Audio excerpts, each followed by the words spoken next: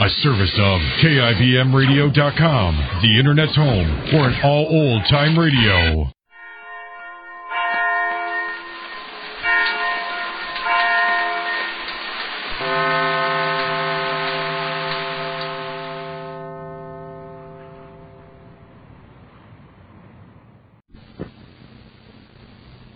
For a wash that's deep clean, sparkling clean, use Deep Cleaning Oxidol.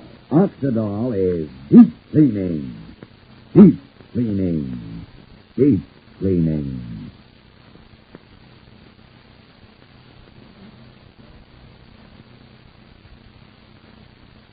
Oxidol's own Ma Perkins.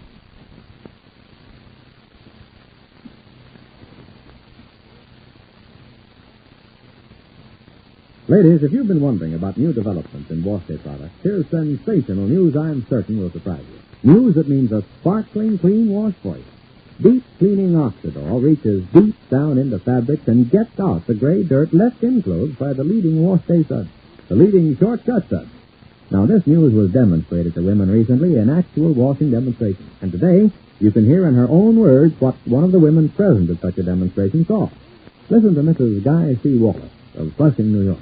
In this washing demonstration, they used my clean clothes. At least I thought they were clean because I had just washed them with a leading suds the way you're told to. Then they washed those clothes over again, this time with Deep Cleaning Oxidol. You should have seen the dirty wash water come out of those clothes I thought were clean. That dirty wash water showed me Oxidol really can get out the gray dirt left in clothes by those leading shortcut suds. Thanks, Mrs. Wallace. And ladies, here's something you can do next wash day. Use Deep Cleaning Oxidol and see for yourself how much dirt Oxidol can get out of your clothes. And even more important, look at the clothes themselves. When you use Deep Cleaning Oxidol, your clothes look sparkling white and bright. Your clothes feel soft and fluffy. Your clothes smell wind-blown fresh and sweet. Yes, clothes look clean, feel clean, smell clean because they are clean with Deep Cleaning Oxidol. Yet Oxidol is really safe. Deep clean clothes stay brighter, new-looking longer. So don't wash clothes with suds that leave dirt in. Get clothes deep clean, sparkling clean with Deep Cleaning Oxidol. Oxidol is deep cleaning. Deep cleaning. Deep cleaning. Ask your dealer for Oxidol today.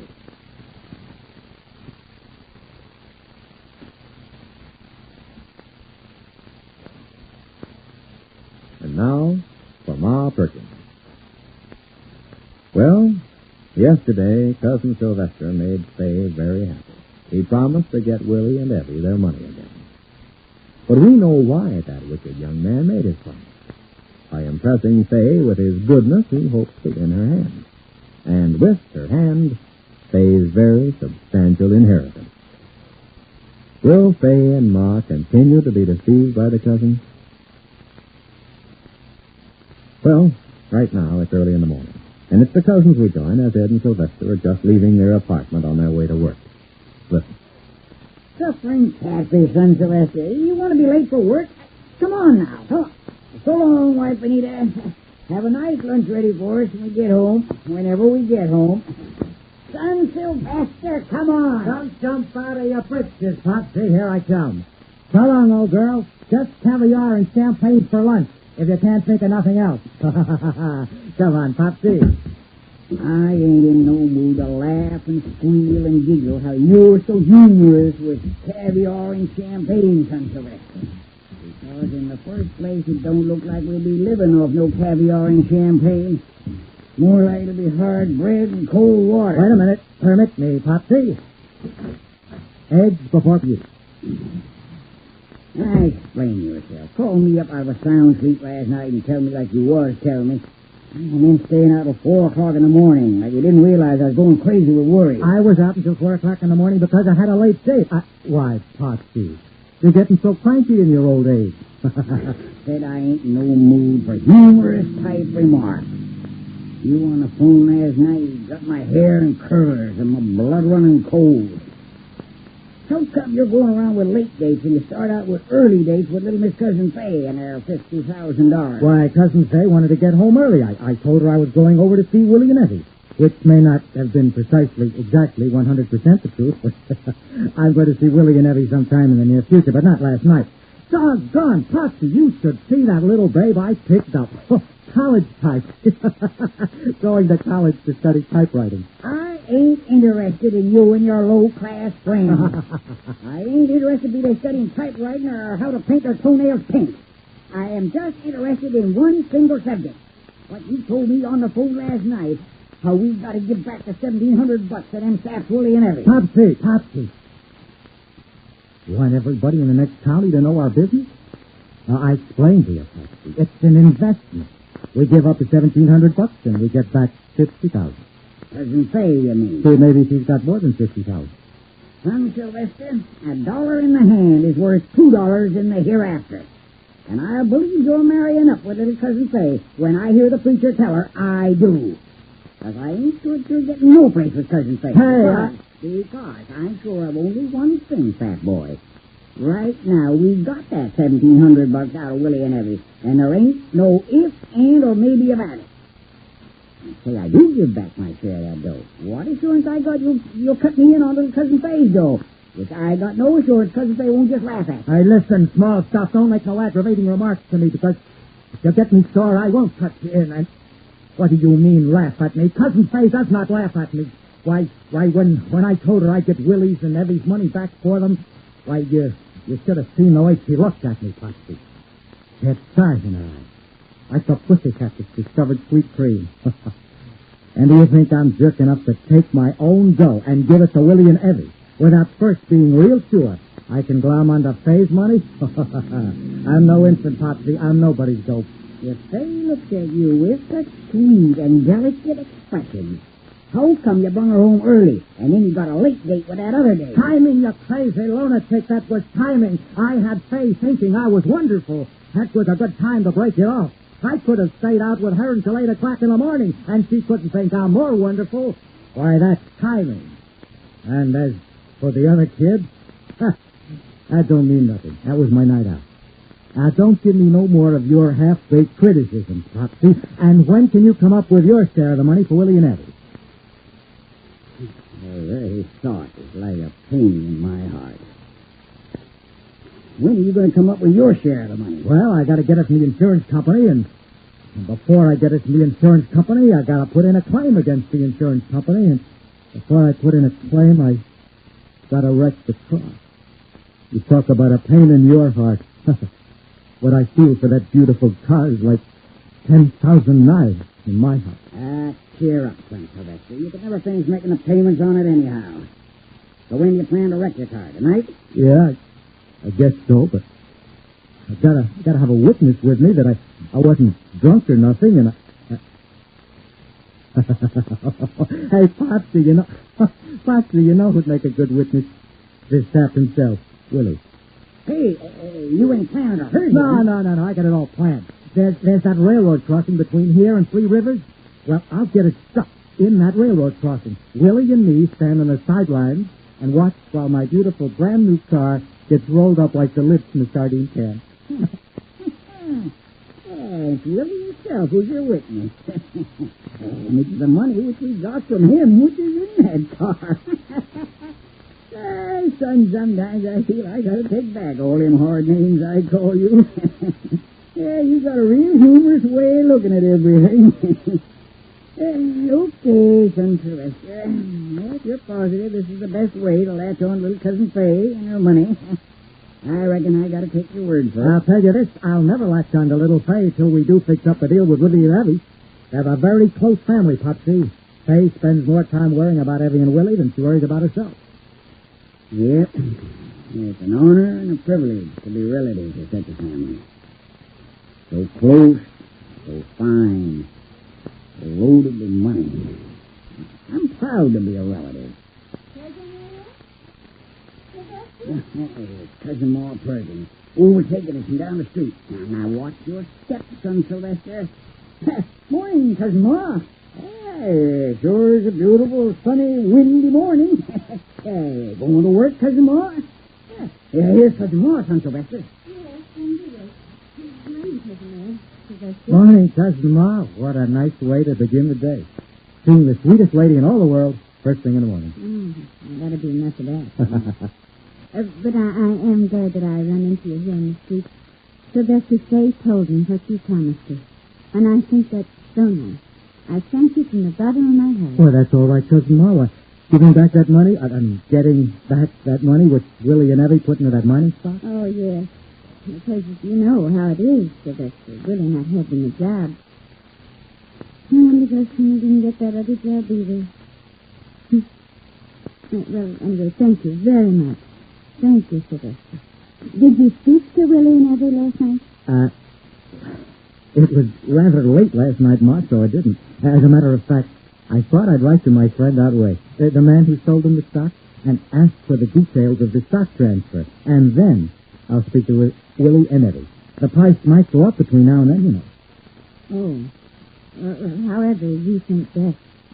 Yeah, that's right, Cousin Ma. You just leave it in the hands of son Sylvester here. Yeah, he's a good boy, Cousin Ma. Fine boy. You couldn't leave matters in no better hands than little old son Sylvester here. He's the one who set up the deal. He's the one who finished the deal.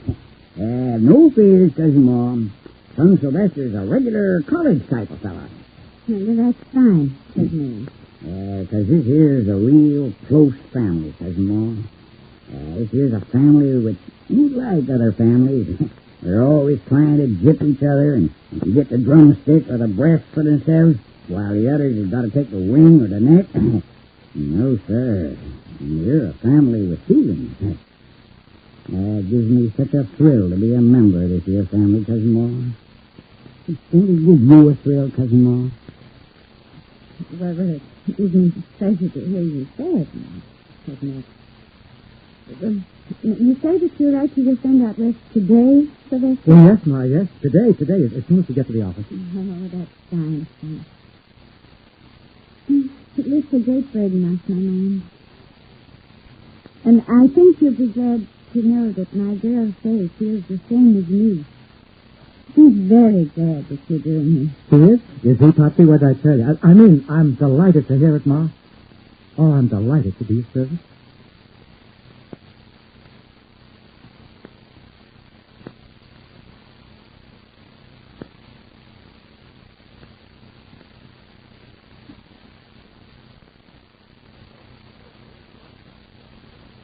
Ladies, there's a new wash day thrill waiting for you the first time you use Deep Cleaning Oxidol. Because Deep Cleaning Oxidol reaches deep down into the fibers of clothes, floats grimy dirt away, and gives you a wash that's sparkling clean. You can see what this means when you wash clothes with Oxidol. They're dazzling white and bright. You can feel they're soft and fluffy. You can smell they're sweet. Yes, clothes look clean, feel clean, smell clean, because they are clean with Deep Cleaning Oxidol. So, for a wash that's deep clean, sparkling clean, get Deep Cleaning Oxidol at your dealers now in the same familiar Oxidol package.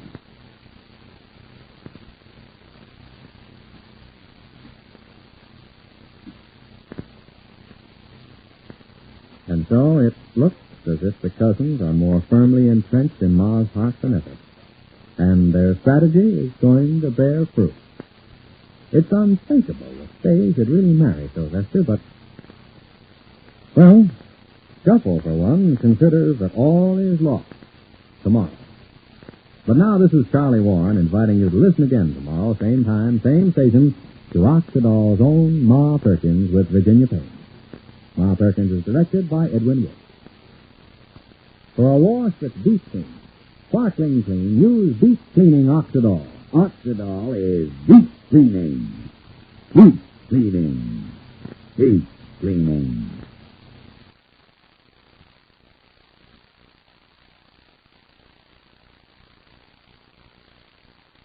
Ladies and gentlemen, this program is for you, not for children. The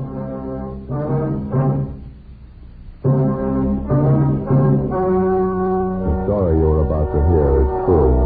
Only the names have been changed to protect the innocent. Fatima Cigarettes, best of all long cigarettes, brings you Dragnet.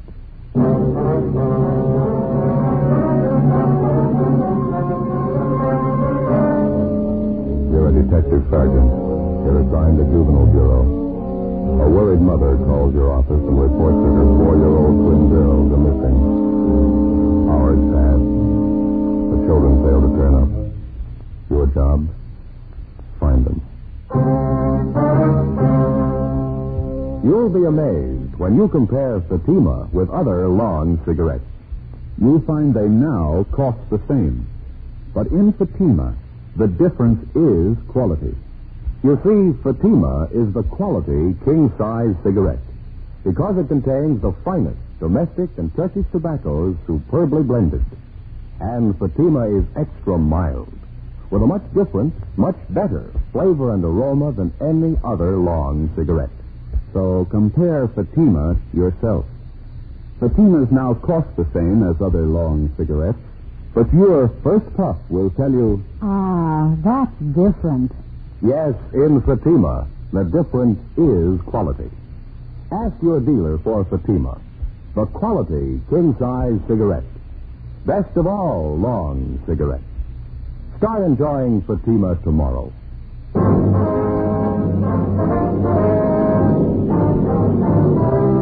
Dragnet, the documented drama of an actual crime. For the next 30 minutes, in cooperation with the Los Angeles Police Department, you will travel step by step on the side of the law through an actual case transcribed from official police files.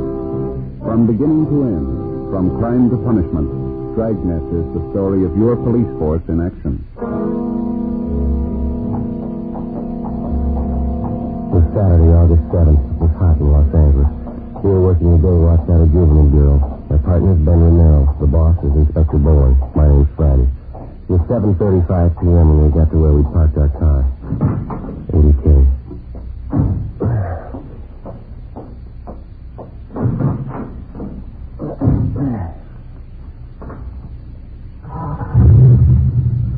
Let's see, your house is back that way, huh? Yeah. You like to swing around here, huh? No, I'm on that side. Okay. One way in here. No, you better wait a minute. Huh? Okay, it's all clear now.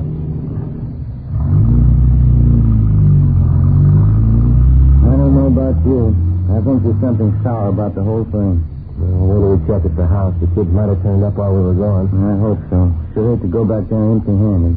Not one lousy lead. It's hard to figure. The little girls just wandered off. Somebody should have spotted them by this time. Unless there was some kind of an accident. Yeah. What time is that? 20 minutes, Dave. 5 hours. That's a long time for a pair of 4-year-olds to be out of sight, isn't it? Parents are going to be worried sick when you tell them. Let's get up in the next block, isn't it? Oh, yeah. You might as well pull up right here, huh? Yeah, that's good. Let's go.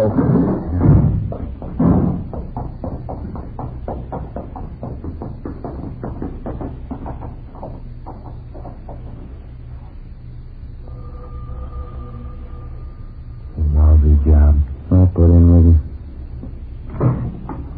Oh, yeah, officers, come in. Thank you. Have you heard anything? No, sir, not too much, Mr. Carson. We just finished checking the neighborhood. Well, somebody around must have seen the kids. Did you talk to everybody? We checked out all the names you gave us, sir. Everyone who knows your little girls, the kids they play with, their friends, parents, storekeepers in the area. But somebody had to see them. They got to be around someplace. Joan and Tilly got lost in that park. I know they would have headed up toward home. What is it? You found it? No, we're still checking, Miss Carson. There's nothing left to tell you right now. Dear God, somebody's got to see. Tilly and Joan couldn't have wandered off that far. I don't think it's as bad as it might seem to you, ma'am. Children have been missing a lot longer than your two little girls and turned up all right. Just try to relax, Miss Carson. Why wasn't somebody's been? They wandered out from us in the park, but it's only 3 blocks from your house. Why isn't somebody seen? Dark out. Goodness, what could have happened to them, you know? Take it easy, honey. Don't start imagining things. I think it's just a matter of time, ma'am. We've got 3 teams of men working on it with us. Dropping out a broadcast on your girl. Did you talk to the Spaniards on the street in Perkins? Yes, ma'am, we did. We checked out all the names that you gave us. There is one thing we wanted to ask you about. What's that, Sergeant? Well, about the spot in the park where you had your picnic this afternoon, where the little girls wandered off from. Exactly where I pointed it out to the other officers by the eucalyptus grove, right off 7th Avenue, just about 2:30 this afternoon. We finished lunch. Frank was taking a nap, and I was reading. I saw the girls playing tag over by the tree. I looked up in a few minutes and they were gone. Just like I told the other officer. Then you're sure about that location, huh? Of course I'm sure. Why should I lie to you? I want to find the girl. Please find her. Please. Come on, honey. Take it easy, huh? It's just never happened to us before, Sergeant. Joan and Tilly's never gone off like this. It's not like them, that's all. They're only babies, really. Yes. Would you like me to get that for you, Mr. Carson? Yes, sir. Would you please? Sure. Oh, hi, Wilkie. Joe, anything? No, not yet. You? Want to step outside? Yeah. Yeah. Ralph and I checked with a guy who runs an ice cream wagon. He works the area in the park where the kids disappeared. What did he tell you? He saw a couple of little girls about a half mile from that eucalyptus grove. About 3 o'clock this afternoon. They were with a man. Yeah. Says he saw the man put the kids in a truck and drove off with them. 8 p.m. Together with Tom Wilkie, Ben and I left the home of Mr. and Mrs. Frank Carson, the parents of the missing girls, without telling them about the latest report. Until it was positively confirmed, we felt that telling them would serve no purpose other than to worry them needlessly. The ice cream vendor, a Mr. George Comanche, who had reported seeing the 4-year-old girl, considered to drive out with us to the park area where he spotted the children in the company of an unidentified man. I was right over there, officers. This big guy, mustache, he had the little girls, one on each hand.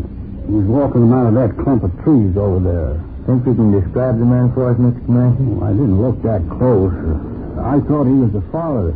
The kids were sniffling, you know. Maybe like they'd been crying. Well, better check the ground over there by the trees, huh, Wilkie? Yeah, sure. Stan? Ralph, want to go look over here?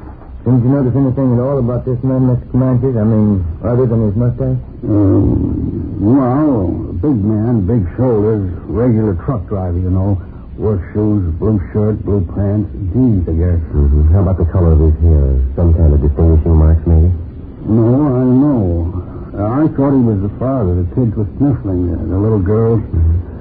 Was anything wrong? It didn't look like it. Well, how about this man's truck? Did you notice that? No, I didn't. I was busy with the freezer motor then. Gives me lots of trouble all the time. What about the license number? Did you happen to look at that? Maybe I should have looked. I didn't. Bag of peanuts, officers? Warm, nice and fresh. Thanks. There you are. Why don't you eat them while they're warm? Good. No, I saved them for my boy. He's crazy for peanuts. Go, Dan? Excuse us, Mr. Clancy. Sure. Go ahead. Yeah, Wilson? Dan found these over in the bushes by the trees there. Let me see. Little girl's petticoat. Little girl's dress. Ripped to pieces. 8:24 p.m. The area where the torn clothing was found was roped off and checked for footprints and other physical evidence. None was found. Homicide detail was notified and joined in the investigation. The torn petticoat and dress were taken down to Lee Jones at the crime lab for examination. Then they were shown to the father of the missing children, Frank Carson. He definitely identified them. The search for the 4-year-old twins, Joan and Tilly, was intensified. An emergency spot check was made of all known and registered sexual psychopaths. From the hundreds of names, the staff's office came up with one that might possibly tie in. He was listed as G.H.L. Gramberg. His address was at the end of 7th Avenue, close to the park area where the Carson twins had disappeared. On his mama sheet, Gramberg was described as tall, well-built, dark hair with a mustache. We found him at his work, a small bar out in the Wilshire district. He was the organist there. Yeah, that's right. I live on 7th Avenue, right across from the park. Come out of this time. Missing juveniles. Can you account for your time between noon and 6 o'clock from that, Gramberg? I don't know if I can or not. I don't keep a daily log, you know. They didn't tell me how to do that. Well, tell us where you were between noon and 6 tonight. That's all we want to know. That's quite a bit, don't you think?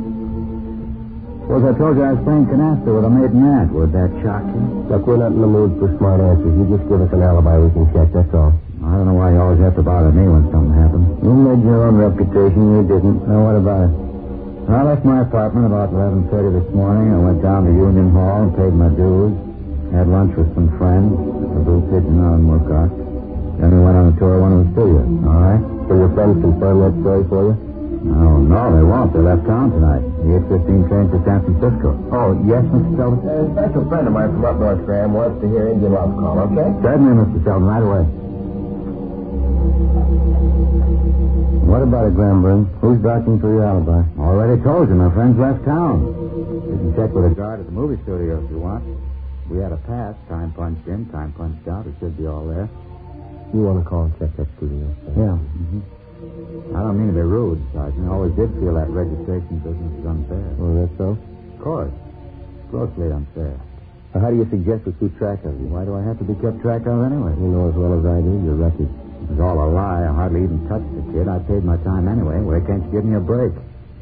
Every time something happens to a kid, I have a cop on my neck. Were you in the 7th Avenue Park at any time today, Gramberg? What?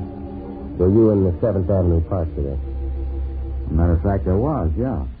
I took a walk there. What time was that? I don't know. I left my friends after lunch. Came home to freshen up about 1:30, I guess. I was in the park about 1:45, 2 o'clock. Only stayed a few minutes. When'd you leave? About 2:15. You went from the park to meet your friends at the studio? Exactly right, yes. Did you see 2 dark-haired little girls while you were in the park? No, I didn't see anybody. I was by myself. Mm-hmm. You sure of that? Well, of course I'm sure. If I did see them, it wouldn't mean anything. I don't molest kids. I don't get along with them, that's all. Another one, Graham. I wonder if you'd mind playing Diane. Anniversary party, you know. Oh, all right. Thanks, sir. What I was saying, Sergeant, it's the truth. I couldn't hurt a little kid. I never could. No one said you have. Well, I know, but I just want to know how I feel. Maybe I don't get along with kids, but I couldn't hurt them. Little girls especially. I like kids, really. I just don't understand how I like them. It's a real strange thing, isn't it? Yeah. Joe, can I see? Did you talk to the studio? Yeah, I checked with the guard. What did he say? Bamberg was there from 2:30 to 4:30. You double-checked the time? Yeah, his alibi is good. 10:55 p.m. The 4-year-old Carson girls were still missing. A special detail of men from homicide were assigned to a general canvass of stores and homes in the park area. All the residents were questioned. No one had seen the children. 11:20 p.m. We headed back to the Carson home. No more out of smokes, Joe. You got some? No, I'm out, too. The drugstore up ahead. I guess we can get some there, huh? Yeah. That car in front of us. That's Wilkie and Bates' car, isn't it? Let's see. Yeah. Oh, there's Wilkie coming out of the drugstore. Hey, Will? No, Joe? Just talked to the office. Anything new? They got a call from the Valley Station a few minutes ago. Yeah? The little girls. They've been found.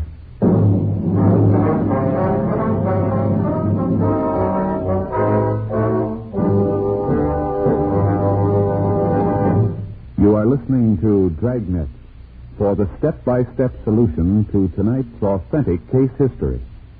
Here, step by step, are the actual reasons why Fatima is the quality king-size cigarette.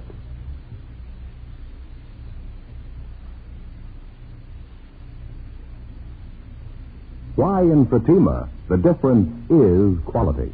Quality of tobaccos. The finest domestic and Turkish varieties, extra mild and superbly blended to give you a much different, much better flavor and aroma. Quality of manufacture. Smooth, round, perfect cigarettes. Rolled in the finest paper money can buy. Manufactured in the newest and most modern of all cigarette factories. Quality even to the appearance of the bright, clean, golden yellow package. Carefully wrapped and sealed to bring you Fatima's rich, fresh, extra mild flavor. Compare Fatima yourself. Fatimas now cost the same as other long cigarettes, but your first puff will tell you... Ah, that's different. Yes, in Fatima, the difference is quality. Insist on Fatima. Start enjoying the quality king-size cigarette. Fatima. Best of all long cigarettes. 11:25 p.m. As soon as we got the word that the 4-year-old Carson twins had been found, Ben and I drove back to the office where Inspector Bowling filled us in. A few minutes past 11 p.m., a motorist out in the valley spotted the 2 small girls walking hand in hand along a deserted side road off Ventura Boulevard. Their clothing was dirty and torn. They were alone. The motorist picked them up, took them to the Valley Division station where the girls were identified. We sent out a partial cancellation on the APB. The twins girls were taken to the Georgia Street Receiving Hospital where they were treated for cuts and bruises. Then they were returned to their home.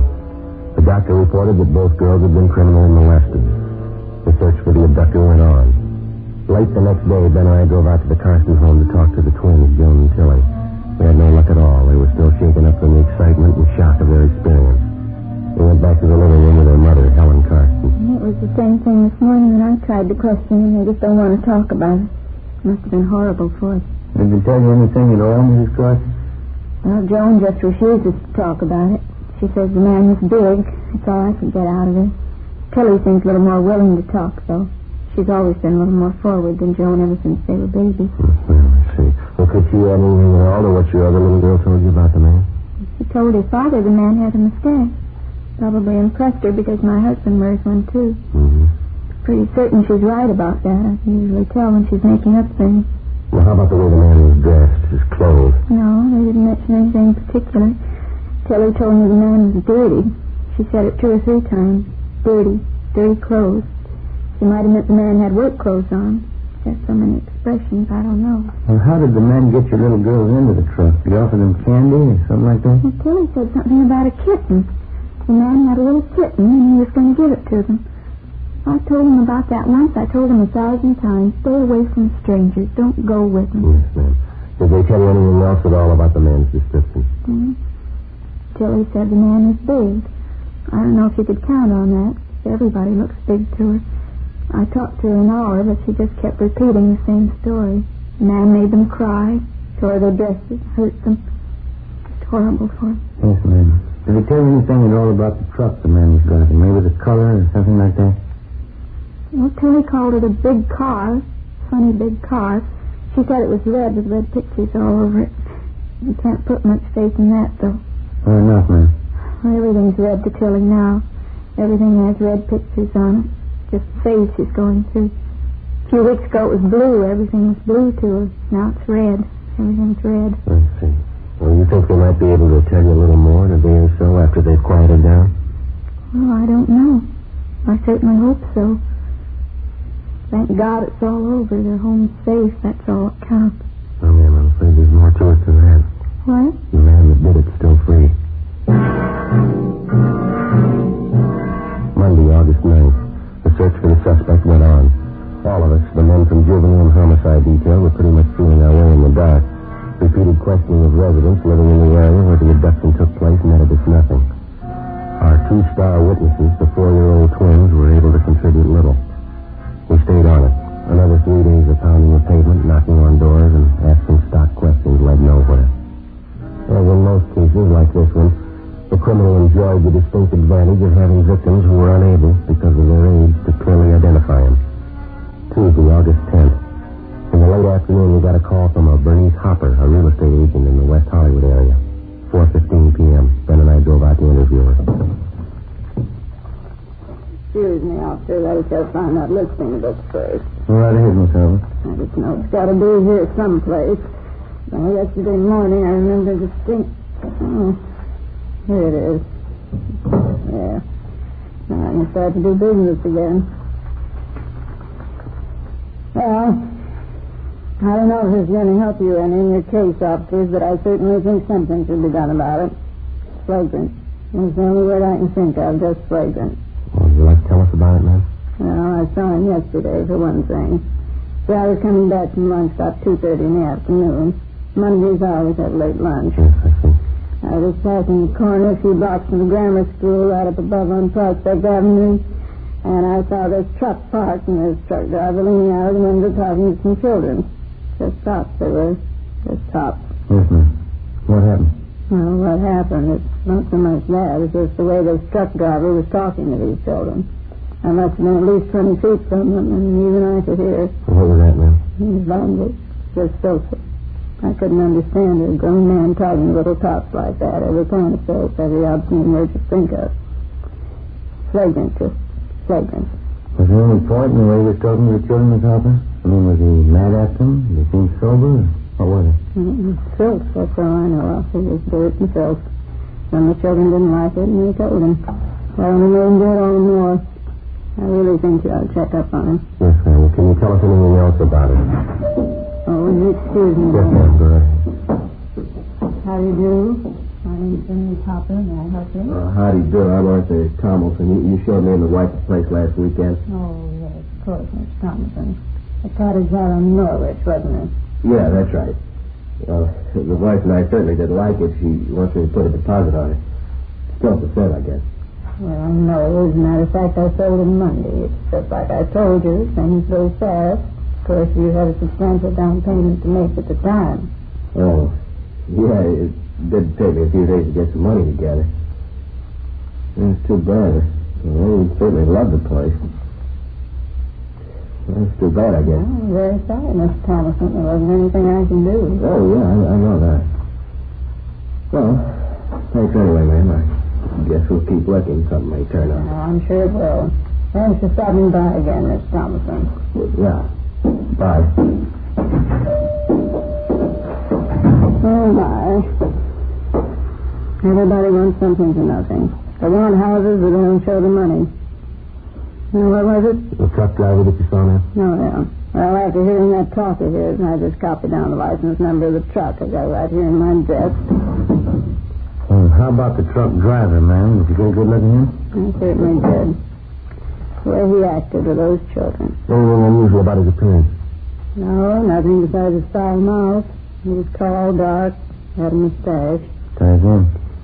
One more thing. Truck he was driving. Yes, ma'am. There were pictures painted on the side. Circus animals, I think. Did you notice the color? Oh, yes, it was red. Even the pictures are red. 4:45 p.m. We took the license number of the truck which Bernice Hopper had given us and drove back to the office and checked it through DMV. We found the truck was registered to a commercial baking firm in the south end of town. Through their personnel department and their dispatcher's office, we got the name and address of the employee who was driving the truck the same day Bernice Hopper had spotted the driver talking to the school children. His name was Lester Wiley. We checked a little further, found that he was driving the same truck the day the Karsten twins were abducted. We called into R&I. Wiley had no criminal record. 6:30 p.m. We located the suspect at his home, an old-style green and white bungalow on the edge of the Highland Park district. He sat in the dining room and drank some kind of sweet wine from a large water glass while we questioned him. Yeah, it's just stupid of me, huh? I didn't even ask if you wanted some of this. Oh, thank you, Wiley. Nice to have you explain about your language in front of those school kids. Nothing to explain.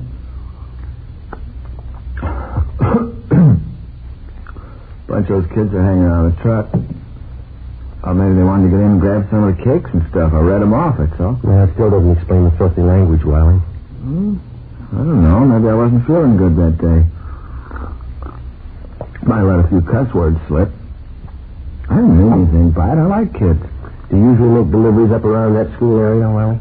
Once in a while, yeah. I get around quite a bit. That's not what they tell us down where you were. Huh? You had no business in the neighborhood of that school. You deliver routes on the other end of town. So I can't drive where I want, huh? I get the deliveries made. What are they squawking about? I'd like to know what you were doing up in that neighborhood. I was on my lunch hour. Drove up to see a friend. I got a friend living near the school. What's the matter, anyway?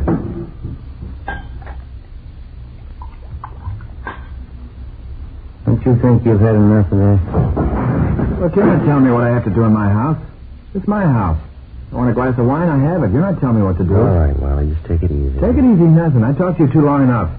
There's the door. You're not coming in here telling me what to do. You better get your coat. We'll talk downtown. We're not talking any place. Now get out. Get out of this house right now. Afraid your alibi's not going to hold up, Wiley? That it? I don't know what you're talking about. You're trying to frame me. Don't you think I know that? That doesn't make much sense. Why should we want to frame you? I know what you're getting at. No, just what you're getting at. Those two little girls last week, you're going to say I took them. You're going to say I did things to them. Well, I didn't. It had anything to do with it. Didn't you? Oh, no. No, I didn't. Oh, look, I'm sorry. Why don't you sit down? I didn't mean what I said. Because I just got nervous. Sure, Wiley, we understand. Why don't you let me get a couple of glasses, huh? Have some of this wine. Warms you up. Good. Oh, thank you. Just like to have you straighten us out on a couple of things, and we'll let you alone. Yeah? I'd like to know if you can account for your time between 12 noon and 11 p.m. last Saturday. That's the day somebody picked up those two little girls, isn't it? Yeah, that's right. Riley? I don't know. I was making deliveries like I always do. Up to 11 o'clock at night? I was a little late, yeah. Nothing unusual, though. That's so? Another working day, so. That's good wine. I might have been near the park where those kids were. Doesn't mean anything, though. I get around quite a bit. A lot of deliveries to make.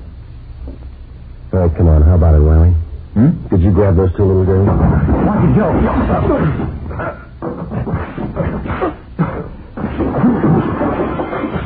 All right, mister, that's enough. Get out of my house. Get out of my house. All right, Ben, get him on him. Yeah. You never prove it, you know that.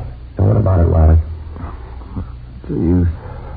No good at all. You want to tell us about it? I didn't mean it, that's all. Didn't mean it. Just once in a while, something goes wrong with me. I like kids. Like them too much, I guess. I don't mean to hurt them. You ready to go now? Anything you say. Thought I had it with me when I grabbed the kids. What? Thought I was in my coat pocket.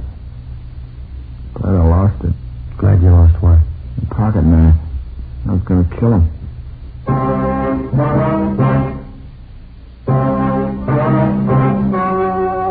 story you have just heard was true. Only the names were changed to protect the innocent.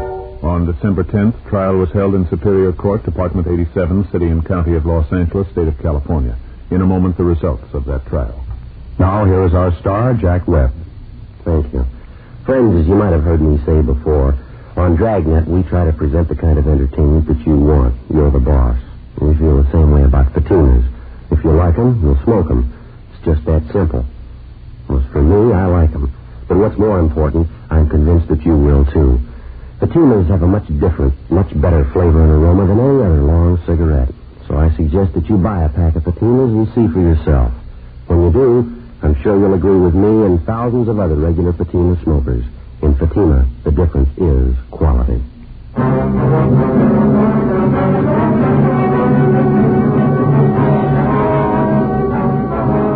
Lester Wiley waived his rights to a preliminary hearing. And at his arraignment in Superior Court, he entered a plea of guilty to 1 count of kidnapping and 1 count of child molesting. He received the sentence as prescribed by law and is now serving his term in the state penitentiary.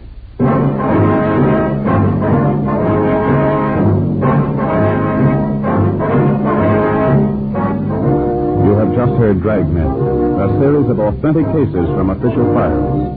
Technical advice for Dragnet comes from the Office of Chief of Police W.H. Parker, Los Angeles Police Department.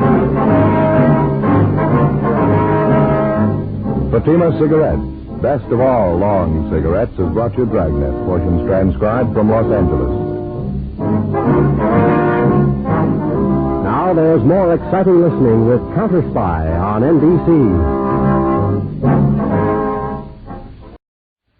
The Signal Oil Program. Yes, the Signal Oil Program.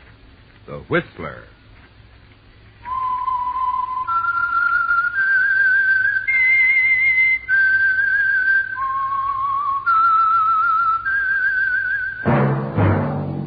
That whistle is your signal for the Signal Oil Program, The Whistler.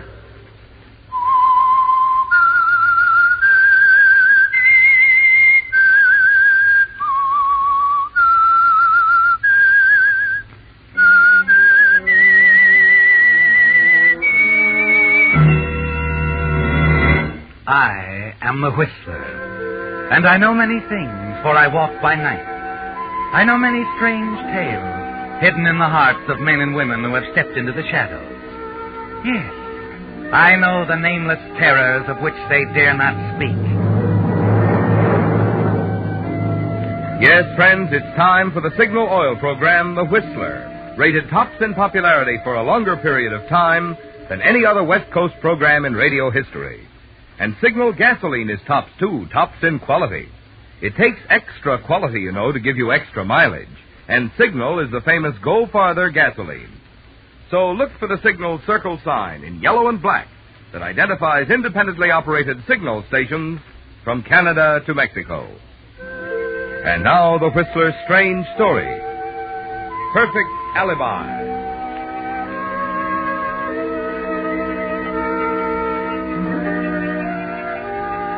Entering the Golden Sparrow, a cozy little cocktail lounge near the far end of Beverly Boulevard, Private Investigator Johnny Seltzer, 30, handsome, off duty at the moment, found business at a standstill.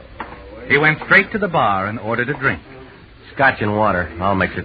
Right. Old Masters, if you have it. Old Masters it is. Good. Johnny carried his drink to the nearest empty table and sat down to think. Self-centered, cynical, and, in his own estimation, a smooth operator, many things were on his mind, especially Johnny Seltzer himself. Things hadn't been going too well for him. Tom Silver, founder of the Silver Detective Agency, had threatened him with dismissal unless he changed his ways, ceased gambling, and gave closer attention to his duties.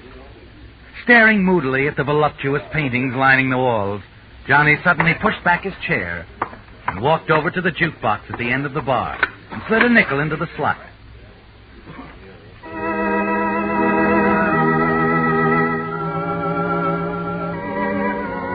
Returning to his table, he sat back to finish his drink, listened to the music, and sympathized with himself. Ordinarily, Johnny would have welcomed the voice which abruptly shattered his mood. A low, sibilant voice that seemed to come from nowhere. I like music, too. Does that make us pals? Don't seem very happy. I was. Most men would be glad to see me. Yeah, well, I'm different. I'm sure you are. That's why I came over. That was my wife's favorite line. Maybe that's why it didn't register. It could be. You didn't like her much, huh? I didn't. Divorced? I didn't kill her. Say, what are you anyway, an investigator for the World Psychology Foundation? I'm surprised you haven't asked me why I got married in the first place. Oh, I figured that out already. So? And it shows on you, too. What? Your merger with the bankroll behind that mink and ice you're modeling there. No merger. Present. From a relative. That's quite a coincidence, isn't it? What is? Two people who like money meeting up in a place like Hollywood. And now that we know all about each other, let's call it a day, huh? Why? Why not? Oh, I don't know. Maybe because it's still early. Maybe because it's raining outside. That's not good enough. I like to walk in the rain. Nice if you'd invite yourself over. Maybe I'll run into you again sometime. Wait a second. Yeah? Am I that hard to take? How would I know? You might find out. I'm not curious. Can I take your order? No, thanks. I'm taking a powder. Waiter, 2 scotches and water. We'll mix it. I said I was leaving. Don't be like that, Johnny. Sit down. What was that name you called me? You're Johnny Seltzer, Private Eye, aren't you? Okay. You know who I am. I figured that pickup pitch was a phony. Well, like you said, I'm Johnny Seltzer. And I'm Alice Collins. Who's she? She's the niece of Charles Collins. Charles Collins. Not the #1 boy of lumber. That's what it says in the paper. I never saw him till 2 years ago. He wrote and asked me how I'd like to live out here, and I said I'd like it. So here I am. Mm-hmm. Eastern talent? I was born and raised in Springfield, Missouri. Who sent you to me? Nobody. I saw you out at Dilbo's one night last week. I asked a croupier who you were. I see. The lady gambles, loses. Now she wants me to get her money back, right? Wrong. No, I don't think so. What did you do? Follow me here from the office? Mm-hmm. Am I forward? Just say easy to approach, like a department store. Pardon me. Okay, waiter. Let's have the check, huh? Just put it on my bill, will you, please? Certainly, Miss Collins. Take it out of this. Keep the change. Thank you. Well, that was nice of you, Johnny. Cigarette? Thanks. Now, look, Springfield, you got an angle or you wouldn't be talking to me. What is it? You ought to get over that inferiority complex. There's no angle. I just thought you'd be a nice guy to know. Later on, after I know you better, I might be able to throw a little business your way. Detective business? Terrific detective business. Maybe as much as $50,000. Well, that's nice money. It's too bad I work on a straight salary. The Tom Silver Detective Agency makes the deal. Not this one. This would be a special deal, Johnny. $50,000. just for you. Interested? If it was legit, you wouldn't be putting out that kind of dough. You're jumping to conclusions, aren't you? Maybe. But if I'm wrong, you can always take it up with the agency. You know where the office is. Okay, Johnny. But if you ever change your mind and want to talk it over, call me up. I will. So long, Springfield. You can get me almost any afternoon at Melrose. 5, 4, 3, 2, 1. That's easy to remember, Johnny. All you have to do is count 5 backwards.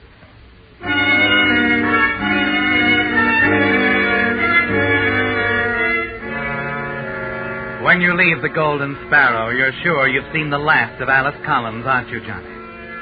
Yet a few days later, you're not so sure. Your boss, Mr. Silver, has you on the carpet again, and you have an unpleasant feeling you'll soon be out of a job. $50,000 is a lot of money, and Alice herself is something to ponder over. She's really beautiful, isn't she, Johnny? You can't forget her lovely features, her low musical voice. The things she said keep repeating themselves. $50,000 just for you. It's easy to remember, Johnny. Melrose, 5, 4, 3, 2, 1. All you have to do is count 5 backwards. A few afternoons later, you enter a drugstore, cross to the phone booth, lift the receiver, deposit a coin, and reach for the dial. You can get me at Melrose, 5, 4, 3, 2, 1. That's easy to remember, Johnny. All you have to do is count 5 backwards.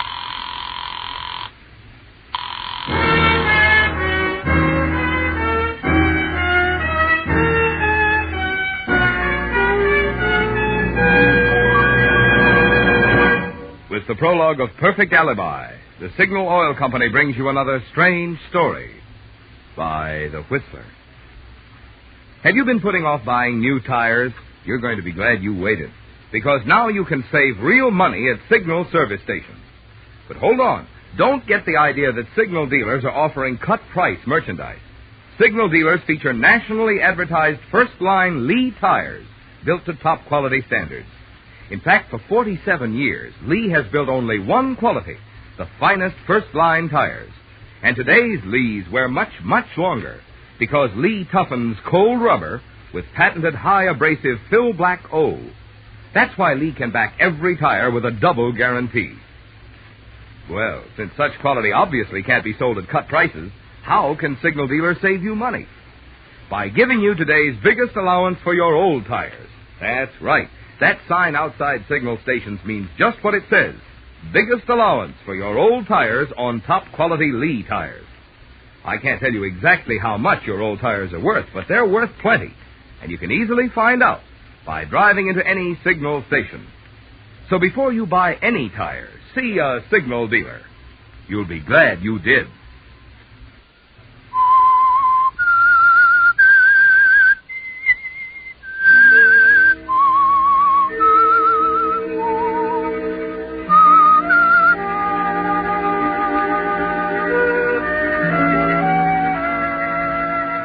Well, Johnny, a few days ago when you left the Golden Sparrow after your pickup tete-a-tete with Alice Collins, niece of the multimillionaire lumberman Charles Collins, you didn't expect to see her again, did you?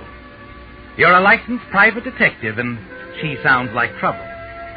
But with things piling up on you as they have, you decide you were a little hasty. An hour after phoning her, you drive to a modest little apartment building on Fountain Avenue near Cahuenga. Curious but still cautious, you knock lightly on the door.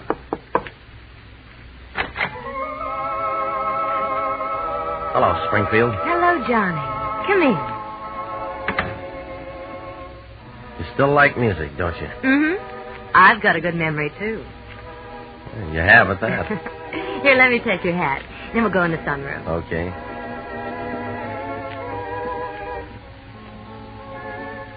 Sit here, Johnny, and help yourself. Cigarette, scotch, and ice water. Oh, this is cozy. Real cozy. My uncle gives me a very nice allowance. I spend every weekend with him, out at his home near the ocean. That's quite a home from what I hear. Swimming pool, badminton court. Mm-hmm. but I'm young and like to go places. Uncle Charles didn't want me to drive out there alone late at night all the time, and so he suggested I take an apartment in town. You see, I'm his only blood relative. You ought to have quite a future. Mm-hmm. If I'm not an old lady before anything happens to me. I wouldn't dwell on it. Nobody lives forever.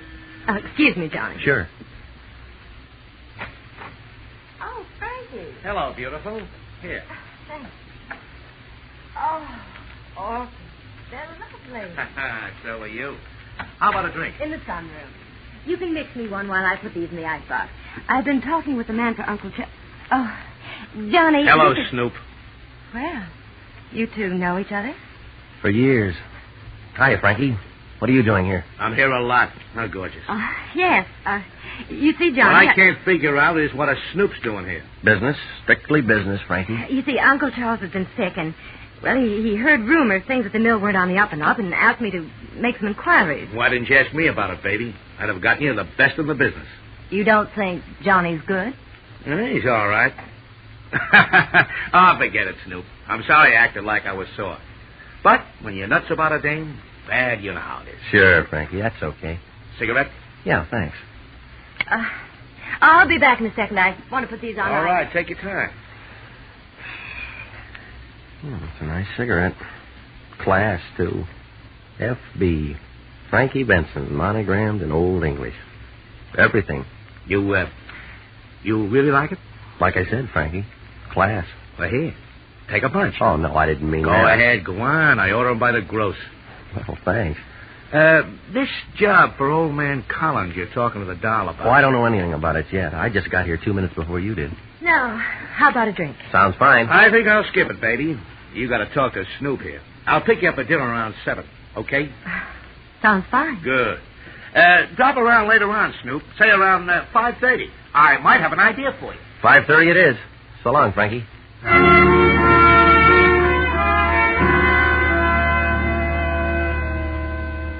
Well, Johnny, your golden girl seems a little tarnished, doesn't she? Not that you're surprised, but you are disappointed. And a little nettled to realize that a girl with the background of Alice Collins would waste her time on a gambler, a glorified hoodlum like Frankie Benson, operator of the notorious Dilbo's Gambling Club. After Frankie's departure, you make no attempt to hide your annoyance. Nice friends you got. Honestly, Johnny, it's not what you think. What do I think? You think I'm Frankie Benson's girl? Well, aren't you? No. He thinks so. I know he does. The way things are, I've had to let him think so. I owe him money, Johnny, a lot of money. Oh. So the lady did gamble and lose. Yes, she did. And if Uncle Charles found out, he'd cut off my allowance like that. Maybe send me back to Springfield even. So you want me to get your money back? Springfield. This is where I came in. Frankie Benson plays too rough for me. Way too rough. Wrong again, Johnny. I don't want you to stick out your neck for me. What do you want me to do? That's all. Look, Springfield, that day I met you, you mentioned a piece of business you could throw my way. $50,000 worth. I said we'd talk about that after I knew you better. Now, how long is that going to take? Not very long, I hope.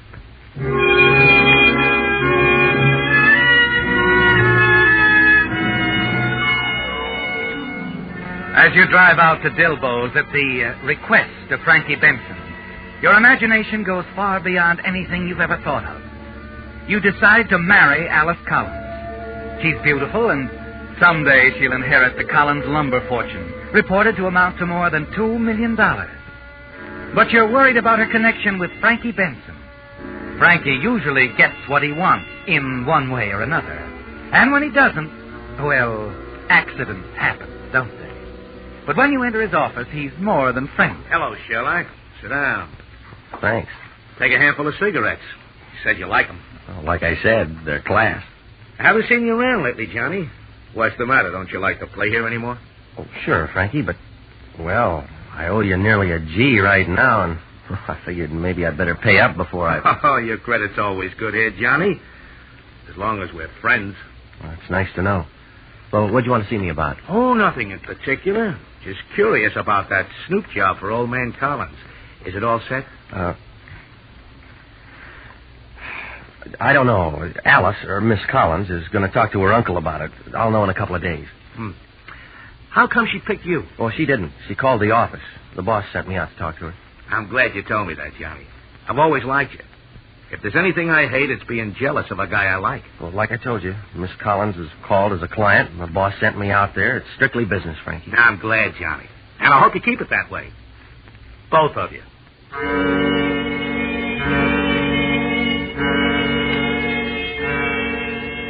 Frankie Benson's cordial manner doesn't fool you for a minute, does it, Johnny? It only makes his thinly veiled threats more pointed. Frankie Benson is still a gangster of the old school. And you have no intention of giving up Alice Collins. But you decide you'd better be careful. And for the next few weeks, your meetings with Alice are at out-of-the-way places, usually some distance into the country. You're determined that nothing is going to prevent your marrying her and enjoying the fortune which will be hers after the death of her uncle. The idea of her uncle's quick departure doesn't seem to shock you at all anymore, does it, Johnny? She says nothing further about the business deal she mentioned. Finally, as you decide it's time for a showdown, she phones you late one evening and asks you to drop by her apartment. She seems tense and excited. Frankie Benson dropped in this afternoon, Johnny. He wasn't very pleasant. Now, look, you're playing with dynamite leading that guy on.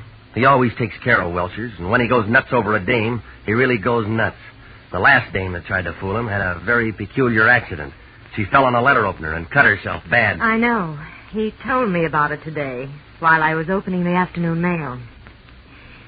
He gave me an ultimatum, Johnny. Marry him or pay up in 2 weeks. Well, can't you figure some way to get the money from your uncle? $33,000? While he's alive. Of course, he could go any time. He's a restless sleeper. He's got asthma, high blood pressure, and a weak heart. He might even get tangled up in the bedclothes some night and smother. You think that might happen? It could. And if it did, there'd be $50,000 in it for me, right? Yes, Johnny. $50,000 just for you. It's too risky. I wouldn't be around long enough to spend it. There's no risk at all. I'll take you out to Uncle Charles a couple of times. By the time you make up your mind, you'll know every foot of the place. You'll have the key to the front door in your pocket. The servants would all be deaf, huh? On Thursday nights, they're out. Except Whitcomb, the butler. He's always there in case Uncle Charles needs him. Wait a minute. You'd expect me to... Whitcomb's no problem. No problem at all. He always reads in the library, near the phone. You see, you'll open the front door at 11 o'clock. At 2 minutes before 11, I'll phone.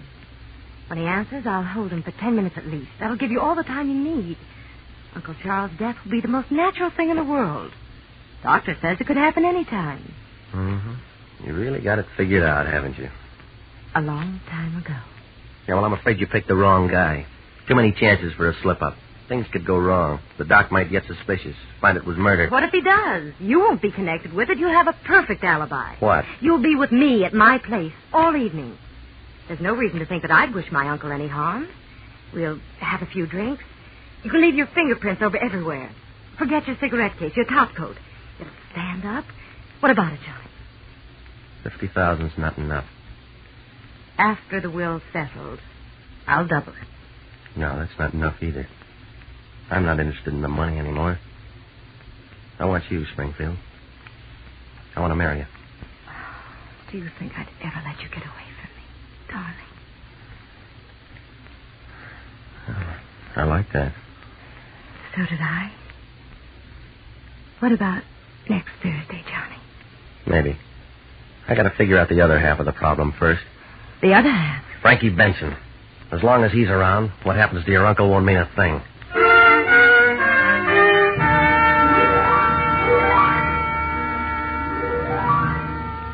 And you do figure it out, don't you, Johnny? Frankie Benson's monogram cigarette. Instead of making it look like an accident, you'll make it look like murder. A murder that will send Frankie Benson to the gas chamber. The following Thursday evening, you go to Alice's apartment to double-check the details. Now, look, Springfield, about Frankie Benson. He called up a couple of minutes ago, Johnny. Wanted to drop over for a while. I told him I had a headache. What'd he say? He's beginning to scare me, Johnny. He told me I'd better take a nap. Said I might get dizzy and fall down and hurt myself. Said he'd call back in a couple of hours and see how I felt. Good. That's all I needed. Let's see. Takes about 40 minutes to drive from Dilbo's to here. All right. When he calls back, tell him to come over about 11:15. But I thought you were... I'm taking care of Frankie tonight, too, with one of these. Frankie's monogram cigarette. Yeah. I worked it all out, Springfield. All I needed was a break, like Frankie's phone call. Tonight's job's going to be murder. A murder that'll send Frankie Benson to the gas chamber. Oh, no, Johnny, the other way's safer. We won't get another chance like this in a million years. Now, when I leave, I'll drop one of these monogram cigarettes by the front door. The rest is automatic. Oh, no, Johnny, it won't work. The cigarette will point to Frankie, sure, but it won't stand up when he tells the police he was framed. They'll believe him. Frankie hasn't any reason to kill Uncle Charles. I've taken care of that, too. I called the DA this afternoon. Said I was your uncle and told him to send a man out tomorrow morning. The newspaper boys will be there, too. They're expecting a big story about Frankie Benson. Oh, you're out of your mind, Johnny. Uncle Charles never gambled in his life. He never even heard of Frankie Benson. The DA heard different. He thinks your uncle found out about your gambling losses to Frankie. He sent out a private eye to Dilbo's. The guy picked up a couple of pairs of dice. Loaded. Cute, huh? Yes, it is. But what about Frankie's coming here tonight? Now, that's the clincher, baby. When he gets here, your headache will be so bad you'll have to send him away. When the cops pick him up, if he tells them he was here, he's lying. That's my alibi. I was here all of the evening. Oh, it'll work, Johnny. Oh, you're wonderful. Well, that's it, baby. With you to back me, it can't miss. Wish me luck, Springfield. All the luck in the world, darling. Hurry back. Well, I'm not coming back tonight, baby. Our alibi is all set. The evidence will back us up. I think it's better if I just hole up at home for a day or so, huh? I guess you're right. Now, look, don't forget to phone the butler just before 11. I won't. Come here, Johnny. Huh? That's for luck, darling.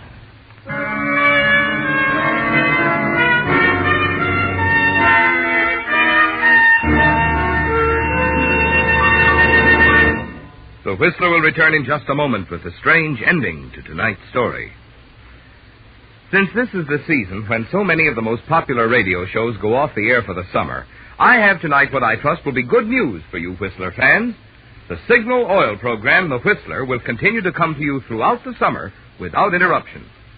This makes the 6th consecutive year that Signal Oil Company has broadcast The Whistler for 52 weeks each year.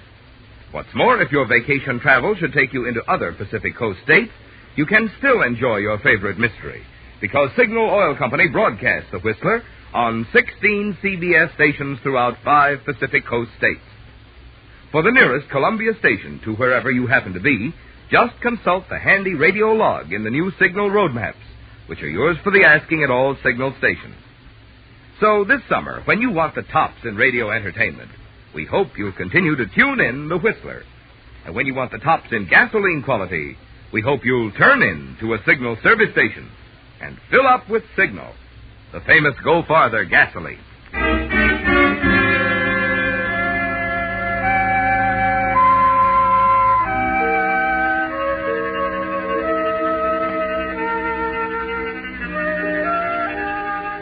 Taking care of Charles Collins was easy, wasn't it? Everything went exactly as you planned. And it came easy to you, didn't it, Johnny? You even slept soundly afterward. The following morning, lolling back in your one comfortable chair, you read the whole story in the papers. It's all over the front page. Lumber King murdered.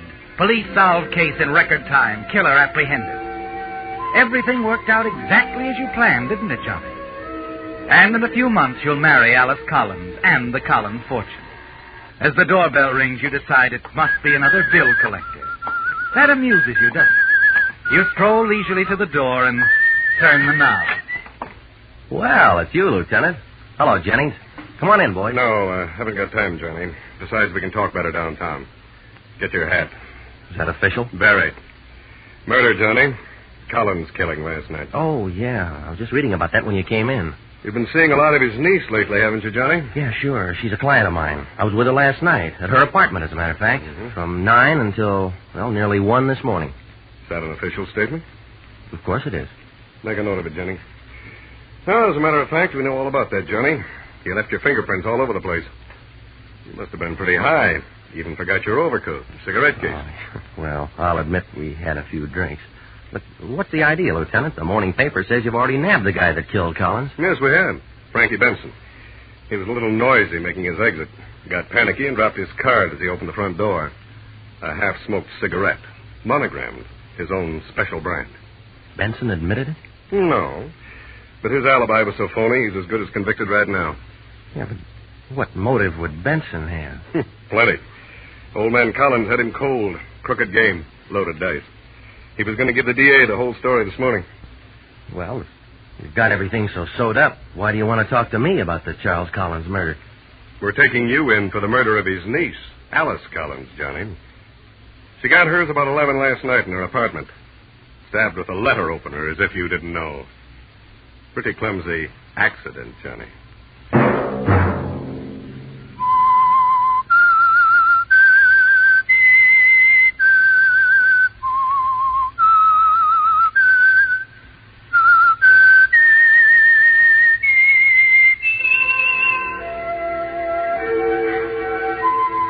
Let that whistle be your signal for the Signal Oil program, The Whistler, each Sunday night at this same time. Brought to you by the Signal Oil Company, marketers of Signal gasoline and motor oil, and fine quality automotive accessories. Signal has asked me to remind you, to get the most driving pleasure, drive at sensible speeds, be courteous, and obey traffic regulations. It may save a life, possibly your own. Featured in tonight's story were Jack Webb, Doris Singleton, and Eddie Marr. The Whistler was produced and directed by George W. Allen, with story by Ed Bloodworth, music by Wilbur Hatch, and was transmitted to our troops overseas by the Armed Forces Radio Service. The Whistler is entirely fictional, and all characters portrayed on The Whistler are also fictional. Any similarity of names or resemblance to persons, living or dead, is purely coincidental. Remember at the same time next Sunday, another strange tale by The Whistler. Marvin Miller speaking. This is CBS, the Columbia Broadcasting System.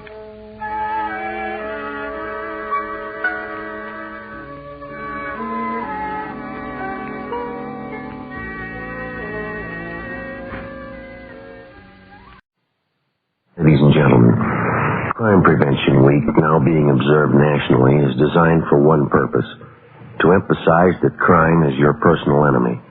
Costs money and lives. It weakens the moral and physical strength of your community. Show your respect for the law by cooperating with your police officer 52 weeks a year. Join the fight to stamp out crime, the ally of treason.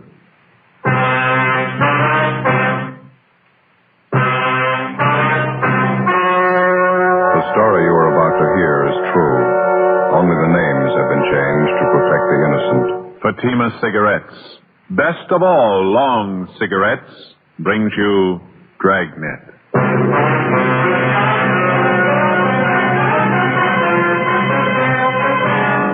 You're a detective sergeant. You're assigned to bunco detail. A husband and wife confidence team has shifted operations to your city. Their criminal record dates back 17 years. They're masters in the art of swindling. Your job? Get them. You'll be amazed when you compare Fatima with other long cigarettes. You'll find they now cost the same. But in Fatima, the difference is quality. You see, Fatima is the quality king-size cigarette because it contains the finest domestic and Turkish tobaccos superbly blended. And Fatima is extra mild, with a much different, much better flavor and aroma than any other long cigarette. So compare Fatima yourself. Fatimas now cost the same as other long cigarettes, but your first puff will tell you, ah, that's different. Yes, in Fatima, the difference is quality. Ask your dealer for Fatima, the quality king-size cigarette. Best of all long cigarettes. Start enjoying Fatima tomorrow.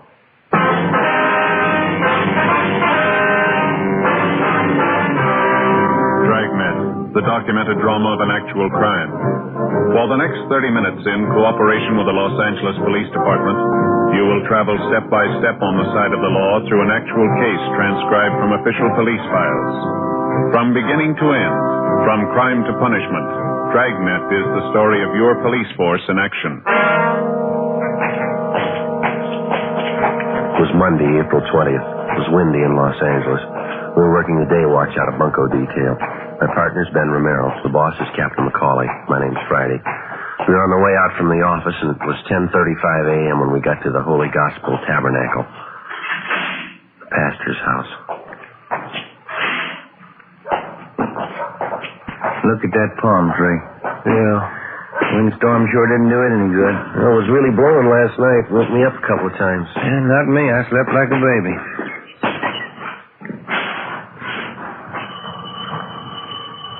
What'd you say the name here was, Olson? Yeah, got it right here. Reverend Andrew Olson. Mm-hmm. Doesn't seem to be anybody at home. I'll try it again. Mm-hmm. No? We said on the phone he'd either be here or at the church. Where's that? Just around the corner, faces on South Spring. Not a very wealthy-looking neighborhood. It must be the church up there. Mm-hmm. Sure could stand a coat of paint. Grounds are well kept, aren't they? Nice flower beds. Look at that. Giant pansies. Tried some in the backyard last year. Too bad. What do you mean? Giant snails. Sliced them right off at the roots.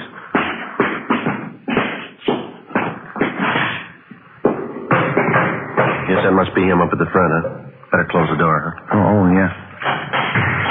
Come on.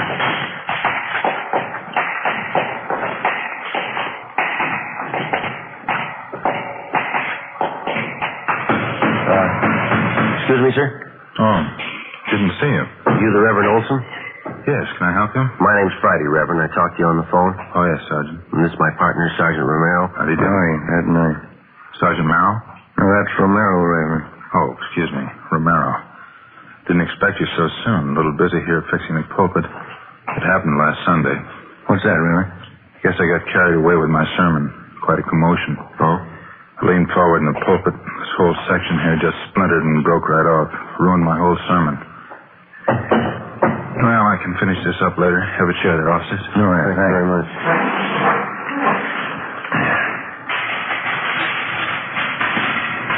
Well, there it is, Sergeant.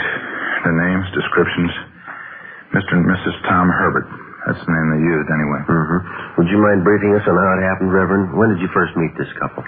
They came to us a little over a month ago. Didn't have any reason to be suspicious. Mr. Herbert showed me some fine references. I didn't think it was necessary to check them. What kind of approach did they use? Could you tell us? On the first visit, Mrs. Herbert did most of the talking. She told me she and her husband wanted to write a history of our church. It was supposed to be part of an historical book on all the churches in the county. Naturally, I felt a little flattered about it. Mm-hmm. Did this Mr. and Ms. Herbert make any demands for money or to write about your church, I mean? Oh, no. There was no money involved at first. They said all they wanted was our cooperation in doing some of the research work. You know, looking up dates, names, things like that. Oh, I see. They seemed very sincere, both of them. Didn't drink, smoke. They worked very hard during the search and writing. I don't know why they had to change. Would have been nice having history written about our church. Yes, sir. When did they first bring up the idea of money? Well, Mr. Herbert came to me one day and showed me this letter. It was supposed to be from the people who were going to publish the history of our church. The letter said, well, because of certain business reasons, the whole thing was off. They couldn't publish the book. Mr. Herbert acted very sorry. Mm-hmm. Did he leave that letter with you, Reverend? No, he took it with him. Mm-hmm. I felt badly about the whole thing. They're doing all that work and then the book not being published. Mm-hmm. Well, did the Herberts broach the idea of you and the church putting up the money to print the book? Well, no, not exactly, but I guess they gave me the idea. How do you mean? They suggested that I talk it over with the church board, so I did. We all agreed it'd be a shame to give up the idea of the book after so much work had gone into it. Is that when you agreed to finance the book? Well, the board and I did, yes. It's all my fault, though. I helped to persuade them. And the money came out of church funds, is that it? As a matter of fact, it didn't. We only have a small operating fund, so you can see we're a small church.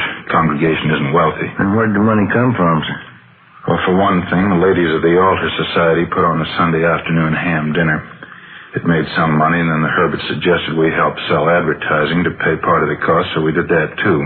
It still wasn't enough. Well, exactly how much did you turn over to the Herberts? $804.61. I had to borrow $350 from the bank to make it. It'll all have to be paid back. People who paid for their advertising, too. It'll all have to come out of our pocket. It's a terrible thing. Yes, it is. Terrible. I don't know what I'm going to do. I hate to ask the congregation for it. Their offerings have always been so generous, and they're not wealthy either, just working people. When was the last time that you heard from this Mr. and Mrs. Herbert, Reverend? A week ago, I guess. Yes, it was last Monday. I got anxious and called them at their hotel. It's on South Grand. I can give you the address. They told me when the books would be ready. It said it would be on Tuesday. Mm-hmm. That's the last I heard of them. No forwarding address, no other place that you think we might find them? No, I'm sorry. Just don't have any idea. It's so hard to believe anyone would do such a thing to us. Yes, sir. I wonder if we could have the address of their hotel. Yes, all right. If you'll come with me, I have it over at the house. Did Mr. and Mrs. Herbert have a car, do you know, Reverend? I don't think so. If they did, I never saw it. I know what I'm going to tell the congregation. $800, that's a lot of money to our people. Yes, sir. Tell me, Sergeant. I don't mean to be uncharitable, but Mr. and Mrs. Herbert, do they have a criminal record? Have they done this sort of thing before? Well, their descriptions seem to fit a couple that we've been looking for. They've been working at churches in this area on and off for a couple of years now. Can't understand why they do such a thing. It's almost like robbing a poor box. Yes, sir, they've done that, too. 11:15 a.m. We went back to the city hall and pulled the package on the suspects, Mr. and Mrs. Tom Herbert. They were a veteran man and wife confidence team who'd worked the Los Angeles area and other large cities around the country. Their specialty seemed to be swindling churches and clergymen. Over a period of 17 years, they'd piled up a long record involving frauds and various bunco games, but they'd only been brought to trial once. The case had been dismissed for lack of sufficient evidence. 11:35 a.m., we took mug shots of Mr. and Mrs. Herbert out to the Reverend Olson, and he identified them. We checked the hotel on South Grand where they'd been staying. No leads. We got out a local broadcast and an APB on them. Together with the sheriff's office, we sent a special bulletin about the Herberts to the pastors of the different churches in the city and county. From the list of names on the mama sheet, we began checking out all the known friends and relatives of the suspects. One of them was a Clyde Harris, proprietor of a physical culture school out in the Wilshire district. 1 p.m. Tuesday, we drove out to talk to him.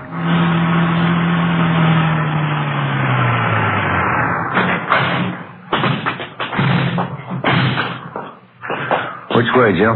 Right down the street, the blue and white sign there. Oh, yeah. Venus School of Physical Culture. I can make you an all-American girl, Clyde Harris, manager. This looks like the office here. No, we're supposed to meet him in the gym. That's next door. Oh. Yeah, here. No, go ahead. Oh, yeah. It's back this way, I guess.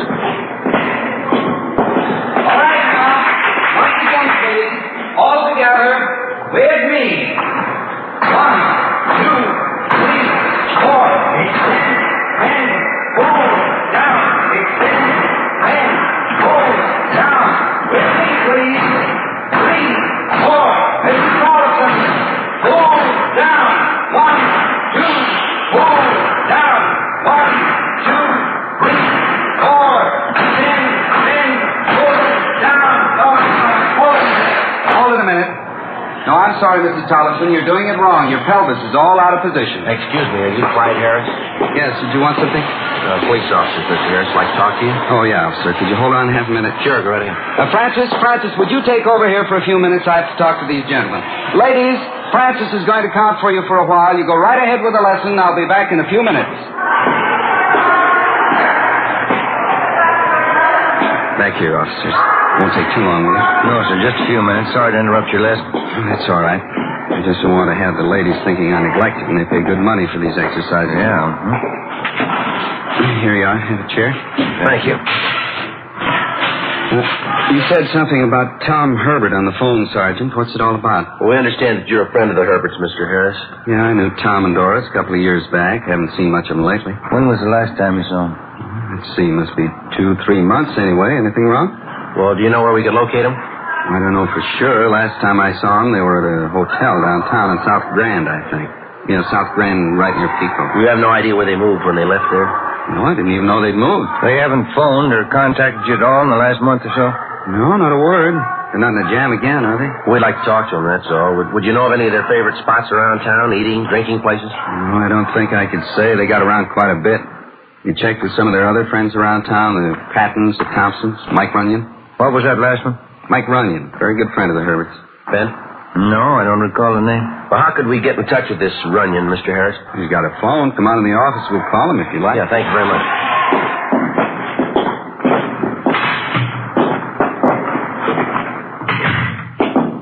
I'll get Mike on the line for you, introduce you. Would you mind talking to him, Harris?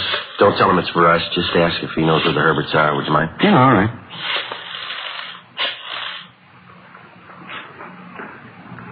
No answer. Maybe. Hello, Mike? Clyde Harris, Mike. Yeah, how are you? Fine. Fine? Yeah, long time. Say, Mike, you any idea where Tom and Doris Herbert are? Mm-hmm. Is that right? How about that, huh? How you doing? No, that's okay. It's not important. Sure thing, Mike. Make it soon, huh? Right. Goodbye. Yeah? No, he doesn't know where the Herberts are staying. Saw him a week ago out in Hollywood, though. Says they're doing fine. How do you mean? Ran into him outside that big church on Hollywood Boulevard. They told Mike all about it. They really got religion. That's so? Yeah. They're even writing a book about the church. We called back Mike Runyon, a friend of the suspect, and he gave us the location of the church where he'd seen Mr. and Mrs. Herbert. Ben and I drove out there and talked to the pastor, Reverend John Kenworth. We showed him the Herberts' mugshots, and he identified them. They were going under the name of Williams, and supposedly they were writing a book about the history of the church. To cover publishing expenses and research, more than $1,000 from parish contributions had been placed in a separate account at a local bank. Reverend Kenworth told us that it was a special joint account, and the Herberts had access to it. Ben got on the phone and called the bank. How's that? Yes, sir. Yes, sir. Uh-huh. Yeah, all right, thank you.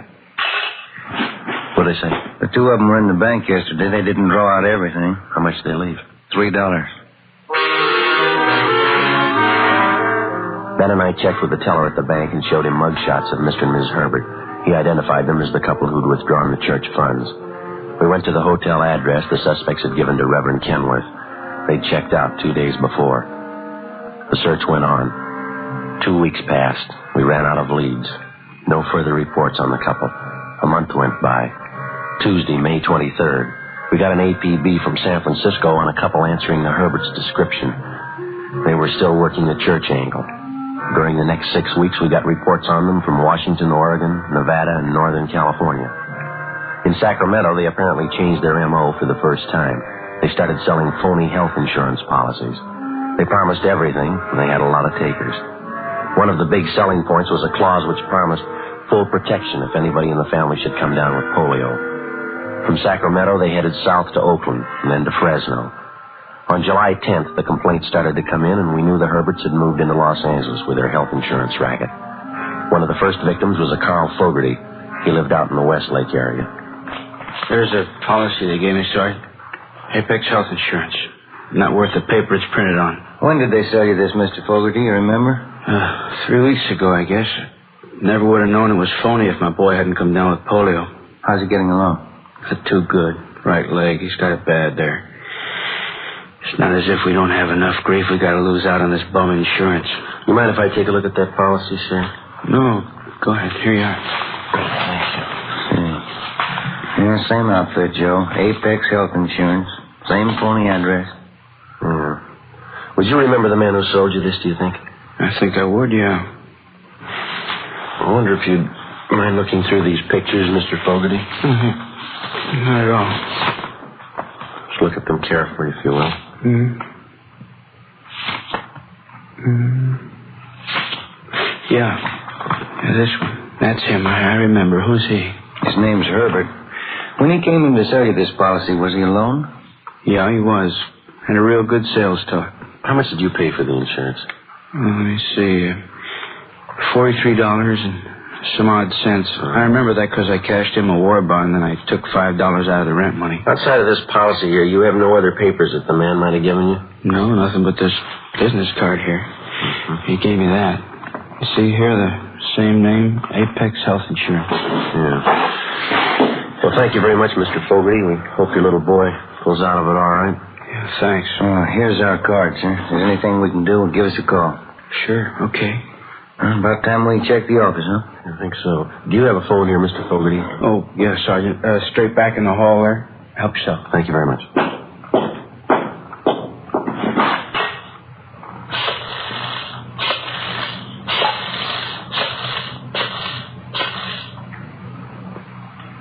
$2572. Yeah, that's right. Yeah, Fred. Joe Friday. Anything for us in the book? West 7th. Yeah, okay. Right. Thanks, Fred. Anything doing? It looks pretty good. Office got a call from a printing shop out on West 7th. The manager's got an order he's not too sure about. How do you mean? It's for a batch of letterhead stationery, business cards.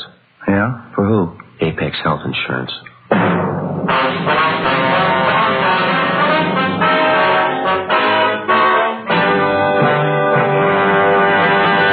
You are listening to Dragnet for the step-by-step solution to tonight's authentic case history.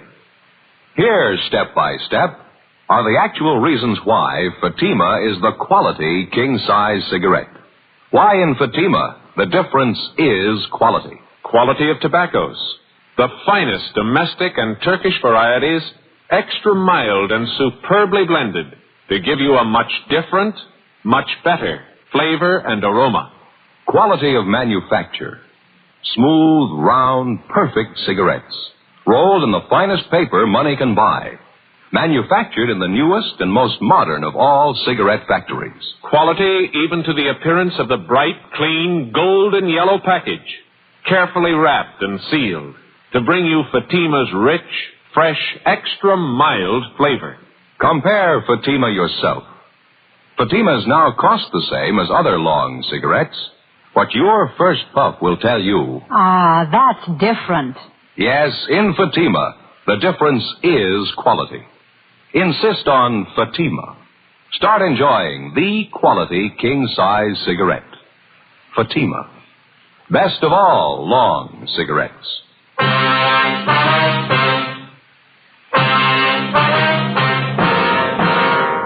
Wednesday, July 10th, 4 p.m. Ben and I drove back downtown to the printing shop on West 7th Street and talked with the manager. He told us that the order for stationery and business cards for the Apex Health Insurance Company had been placed 2 days before. He said he'd become suspicious after reading a story in one of the newspapers about the polio insurance fraud. He also said that the customer who'd ordered the stuff was a woman. She told him that she would call and pick up the order on Friday. We showed the manager a handful of mug shots. He could give us only a partial identification of Mrs. Herbert's picture. We called the office, told them we were going on stakeout, and arranged for a relief. Ben and I spent the rest of Wednesday and all day Thursday and Friday in the rear of the print shop, where we could keep an eye on everyone entering the place. Friday, 6 p.m. No sign of the Herberts. Not a trace. Saturday, the same. No sign of either one of them. Monday, more waiting. The suspect stayed away. Tuesday, 3:30 p.m. I went out the rear door, went down the street and got some cigarettes, and then I headed back for the print shop.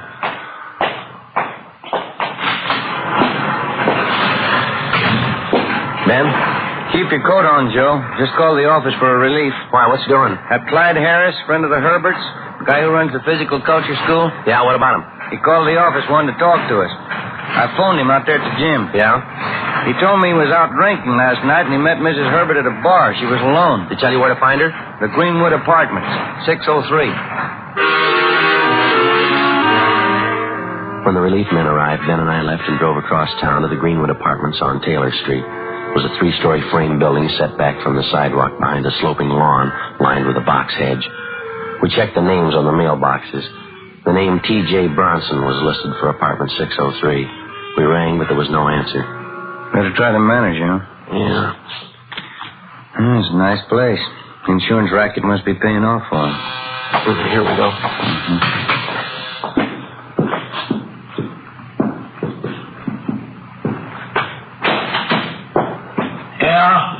Can I help you? Yes, sir. You the manager here? That's right. Thatcher's my name. Can I help you? Police officers, Mr. Thatcher. We're trying to locate the people in 603. Oh, that crazy woman tried to blow up the place last night. Why, what do you mean? Mrs. Bronson, she came in drunk about 2 a.m. No sense at all. About 3 a.m., the folks in the 601 called me and they said they smelled gas. I went up there and found her in the kitchenette. Out like a light gas stove turned on, going full blast. Crazy. Where's her husband? Couldn't say, chasing around again, I think. Hadn't been home in a week. Lucky I got to that gas before somebody lit a match. You said it happened about 3 this morning? That's right, crazy woman. She'll be all right, though. Where's she now, do you know? Yeah, County Hospital. 4:25 p.m. Ben and I got in touch with the office and arranged for a stakeout at the Herberts' apartment. We called homicide and checked on the attempt suicide report. They informed us that the woman had been taken to the psycho ward, County Hospital. We went over to the hospital, checked at the main desk, and identified ourselves. The nurse on duty had us shown to the ward where the suspect, Doris Herbert, was confined. She was a halfway attractive woman in her late 40s. Short, bleach blonde hair, dark eyes with deep circles under them. She turned and looked up as we stopped beside her bed. Excuse me. You Doris Herbert? Is your name Doris Herbert?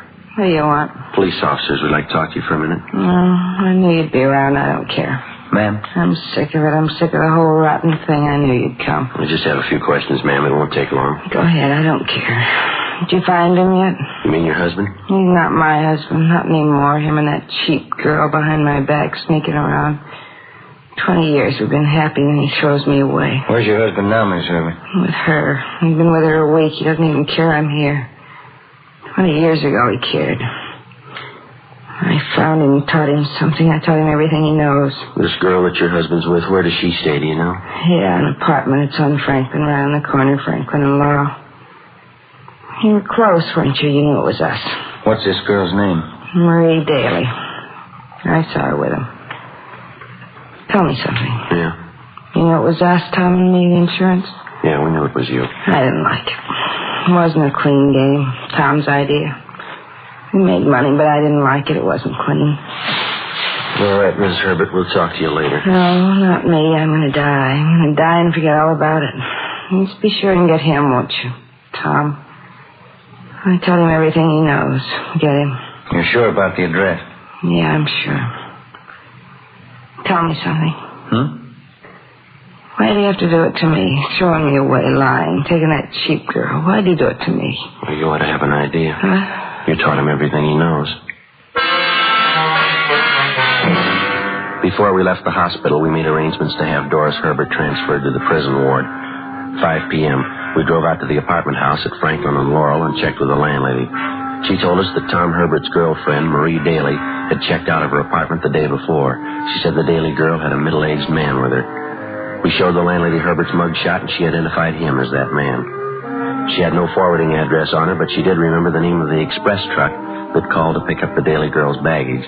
We checked with the express company and found that the trunks had been taken to the Lockheed Air Terminal. We started calling the airlines. 6:30 p.m. We finally got a report that a man answering Tom Herbert's description had booked passage for 2 on a flight to Mexico City. The plane was scheduled to leave at 8:35 that night. Ben and I drove out to the airport and went on stakeout. 8:15 p.m. We waited. 8:20. No sign of them. United Airlines mainliner flight 649 from Denver and intermediate cities. Now Getting a little late, huh? Yeah, it's 8:24. They're cutting it close. Going in the bar, Joe. Take a look. Yeah, that's them. Let's go. Not hard to spot. What's the matter with the girl? Looks pretty drunk. All right, come on. Bourbon and water, huh, Marie? That what you want? Bourbon and water, yeah. Haven't got much time. We don't want to miss that plane. We won't miss it. You Tom Herbert? Yes, what is it? Police officers like to talk to you downtown.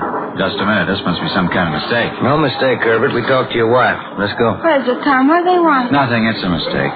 Now, look, officers, I don't know what this is all about, but we have to get a plane, the 835. I can't go downtown with you. Can't we talk it over here? I'm sure we can straighten this out. Your wife copped out, Herbert. Now, let's make it easy, huh? Come on, lady. What's he talking about, Tom? A wife? What does he mean? I told you it's a mistake. Now, be reasonable, huh, officer? All we want to do is take a trip. We've been planning on this. New clothes, new luggage. Here's your hat. Our car's outside. It's a mistake. You can't do this. We planned on it. We've been waiting a long time for this. Yes, sir. So have we. Come on, let's go.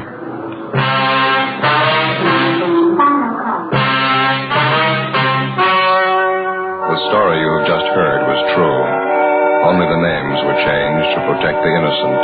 On October 28th, trial was held in Superior Court, Department 88, City and County of Los Angeles, State of California. In a moment, the results of that trial. Now, here is our star, Jack Webb. Thank you. Friends, each week we're honored with letters from listeners all over the country. Letters telling us that you've bought Fatimas and you find them the best of all long cigarettes. Well, thanks to you and the many thousands of other smokers who have switched to Fatimas, I'm happy to report that more people are now enjoying Fatimas than ever before. January sales figures just released show that in the East, Fatima sales are up 56%. In the Middle West, sales up 133%. And here on the coast, Fatima shows an increase of 68%. Well, that means Fatima sales are up nearly 70% all over the country. Now, if you haven't yet discovered Fatima's much different, much better flavor and aroma, I suggest that you buy a pack tomorrow. When you do, I'm convinced you'll agree with Fatima smokers everywhere. In Fatima, the difference is quality.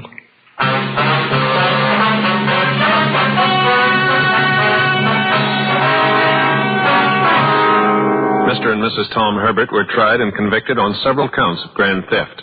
They are now confined in the state penitentiary for the term prescribed by law. Grand theft is punishable by confinement for not less than 1 nor more than 10 years. You have just heard Dragnet, a series of authentic cases from official files. Technical advice comes from the Office of Chief of Police W.H. Parker, Los Angeles Police Department. Fatima Cigarettes, best of all long cigarettes, has brought you Dragnet, portions transcribed from Los Angeles. David Harding, counter-spy, solves an exciting case next on NBC.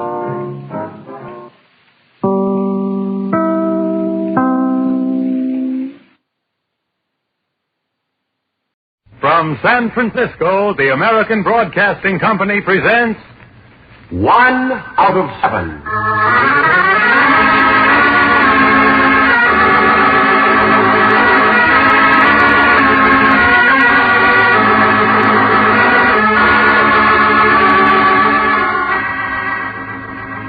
24 hours make a day. 7 days make 1 week. And from these past 7 days, the editors here in our San Francisco newsroom have chosen the one story which they have judged most worthy of retelling. This is 1 out of 7.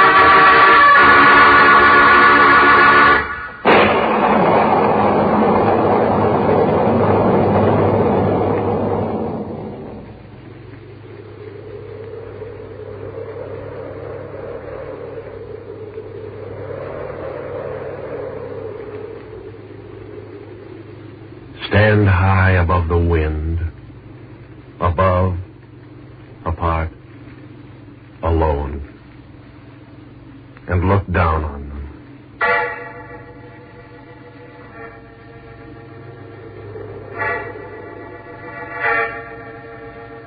Look down on them.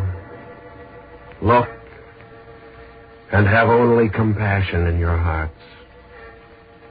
Pitiful creatures. So confused, bewildered, and so confused.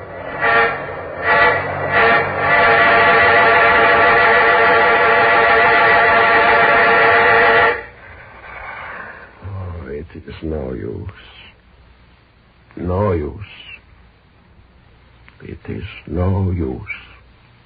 They want to kill themselves. They want to kill everything. The fools, so blind, kill everything, break everything into little pieces. The fools destroy, kill.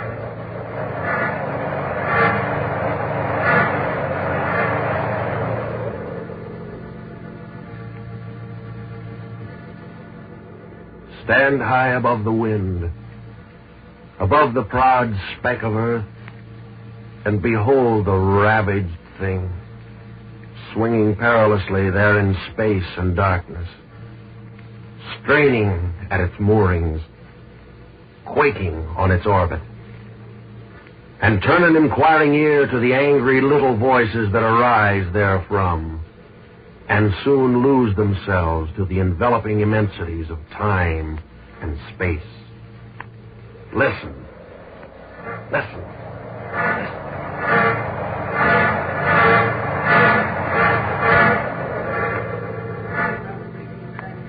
People of this great and glorious nation, let me tell you there is only one way to ensure the peace of the world so dearly bought, and that is by standing firm with other nations, by displaying our armed might at every turn, and if necessary, by getting tough.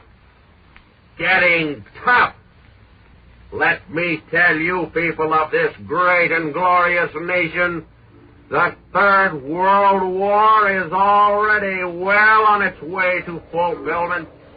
Already the world is turning into an armed camp, seething mistrust, suspicion, fear.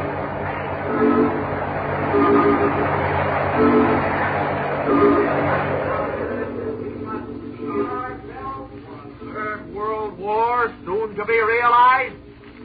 Is it not now evident that we must prepare for its coming and take steps to defend ourselves? Is it not now evident that there is a nation to the westward with whom it is impossible to live in peace and security? The danger is there. It is threatening. And I say that if we must fight another war, then let's have it now and be done with it.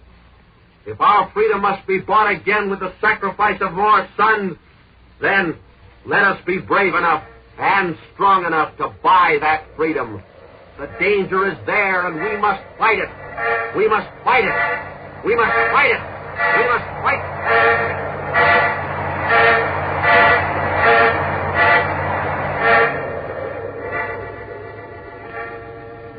Fears, suspicions, mistrust, eating at their tiny mortal brains, hating, not knowing why they hate, not understanding, not caring to understand, speaking of their doom as though it were another crusade, unmindful of the great cloak of darkness, pressing closer. Strange, pitiful creatures. Listen to them. Listen. And mark the signs of impending doom. Listen.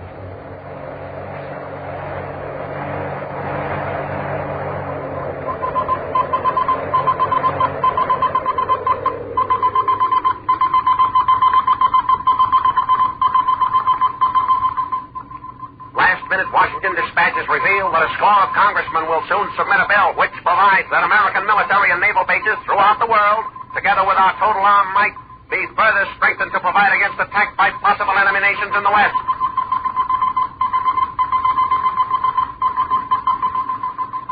The United Nations organization, the supposed hope of the world, is reeling toward its grave already.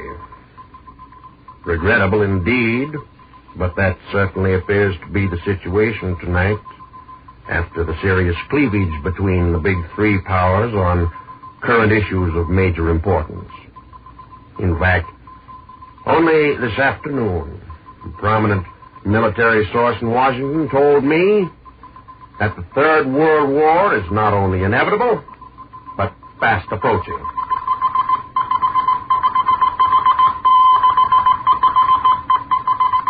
These past weeks, America, her people, and her neighbors reacted with dead pessimism to the ever-growing possibility of a Third World War. In a recognized national poll of public opinion, a cross-section of the populace was asked, do you think there will be another world war in the next 20 years? And the people, lately delivered from the death grip of a second world holocaust, answered in a majority of more than 65%. Yeah, there will be another world war in the next 20 years.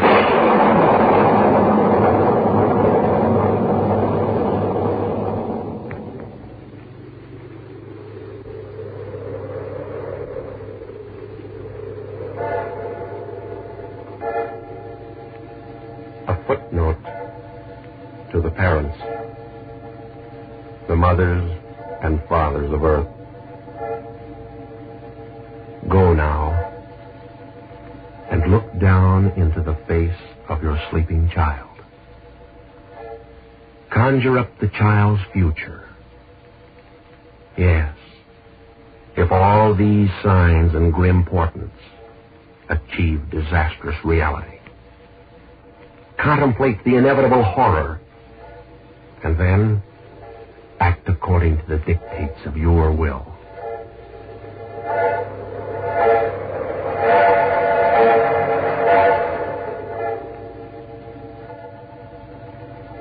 Stand high above the wind and look down with pity in your hearts, and listen to the angry mutterings of the childlike creatures as they quarrel over they know not what.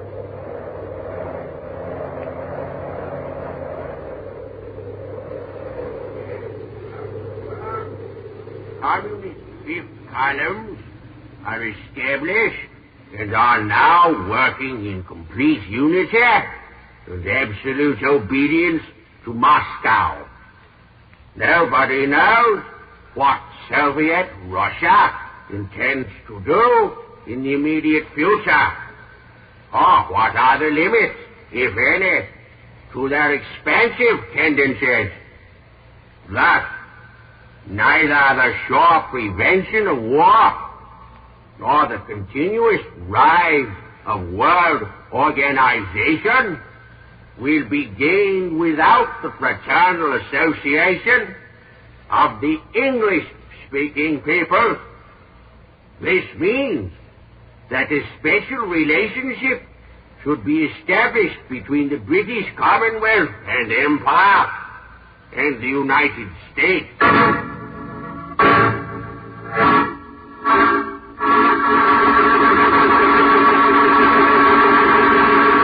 A few days later, after endless hysterical commentary and reaction, there comes the answer to these words.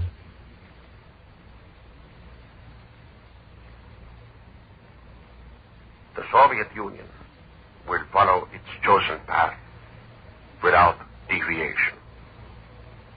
Until now, those who tried to show strength to the Russian people, without exception, lost in the undertaking.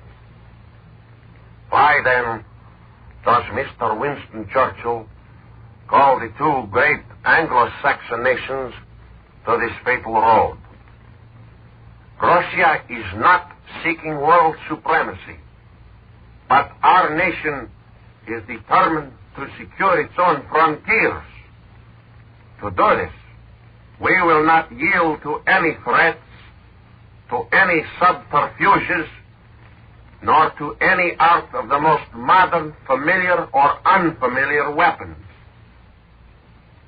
And while the storm rages, and suspicions, mistrust, and misunderstandings grow, and accepted channels of information clog the nation's mind with frightened, uncertain reports, from a quiet house in the city of Washington, the quiet voice of aging statesman Cordell Hull is heard throughout the towns and cities of the nation.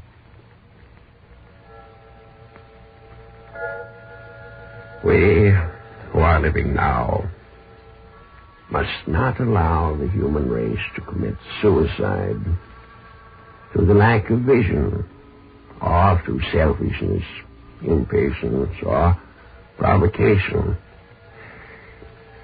I offer this 5-point program to help us overcome the dark threaten the world. First, that we examine with sympathy and patience the views of others. Secondly, that we ascertain the true facts. Thirdly, that we avoid taking stubborn positions one way or the other. Fourthly, that we refrain from exaggerating and overemphasizing one's own claim. And lastly, that we refrain from making an appeal to prejudice.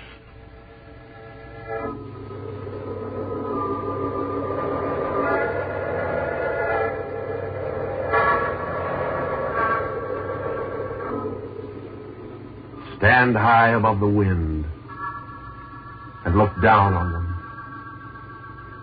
Pitiful creatures, so confused, so frightened by the gathering darkness, so sure that there will be a tomorrow, so sure, even while their speck of earth totters at the edge of utter destruction. Look down on them and have pity.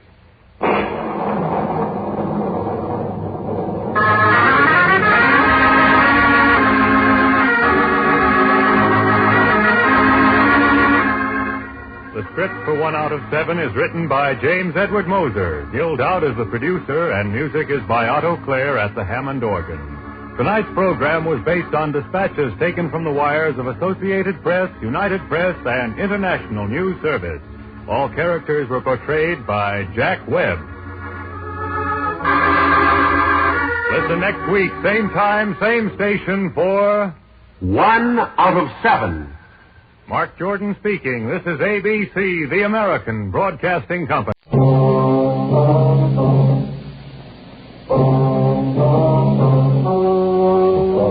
To hear is true.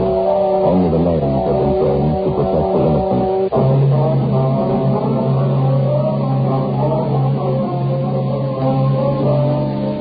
You're a detective sergeant. You're assigned to robbery detail. A lone bandit robs a jewelry store in broad daylight. He takes $5,000 in precious stones. He's reckless. He's well armed. Your job? Get him.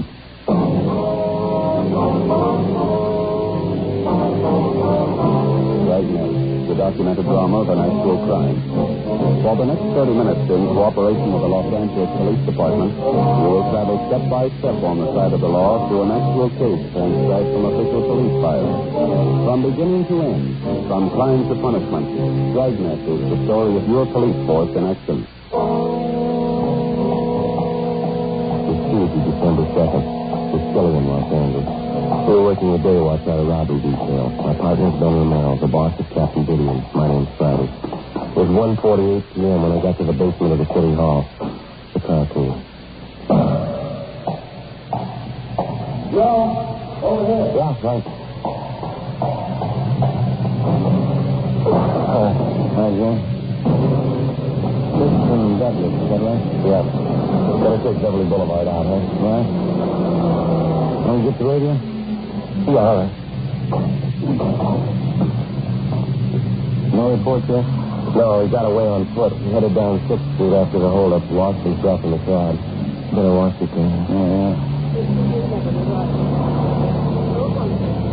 How'd the thief work it? Did you get the story? Well, there's not much to tell. He walked in the store at the right time, pointed a gun, grabbed a tray full of diamond rings, and walked out. $5,000. Figured he must have had the jewelry store pretty well cased. Sounds like he's had practice. Well, could be. But sure, one thing, he's well armed. You get it up, huh? Yeah. Man with a gun. All units at 3rd and Victor, traffic accident. A man with a gun. Code James, K-967. Well, if we can roll on it, huh? Right, that's big to get to him. Yeah, I'll call in. 80K to control 1. 80K to control 1. Control 1, 30K. Go ahead. 80K out for investigation. 3rd and Victor, K-967. Roger, 80K. Code 6 to 3rd and Victor, K-967. That must be it up ahead, Joe. Yeah. Right in the middle of the intersection there, the car turned over, huh? Mm-hmm. That's all it, Doris? Yeah. Let's go. Man, stretched out on straight over there, sir. Yeah. I wonder if we can get through here, please. Excuse me, sir. Let us through, please. So let's don't just stand around looking. If somebody call the police yet, excuse me. Are you involved in this? Sure, I was in it. Did anybody call the police? No police officers. What happened? Oh, I'm too glad to see you. Awful lot of trouble. Yeah. How about this man here? What happened? Oh, I slugged him. I had to. What do you mean? Well, I don't know what happened. He went a little crazy, I guess. He pulled his gun on me. How is he, Jeff? Well, he's got a bump on the head. He seems to be all right otherwise. What's your name, sir? Andy Brooks. That truck over there, that's what I was driving. I was coming down 3rd Street, and I stopped with a red light over there. That corner over there? Yeah. And when the light turned green, I started across the intersection. This guy was laying here, came barreling down Bixby, went right through the red light, hit the front of my truck. Flipped his car right over on the side, just like a stick. Yeah, go ahead. Well, the guy went a little crazy, I guess. Right after the crack-up, I pulled the truck to the curb and got out. This fellow here was just climbing out of the top side of his car. Didn't seem hurt at all. Well, when he saw me coming over to him, he pulled a gun and pointed it at me. Then he turned and started running. I couldn't figure it out. What'd you do? Well, as soon as he turned his back to run, I went for him and tackled him. Fought like a tiger. That's why I say I slugged him. I had to, officer. There's something awful funny about the whole thing. What do you mean by that? Well, look here. There's spots right here. It fell out of his coat when I slugged him.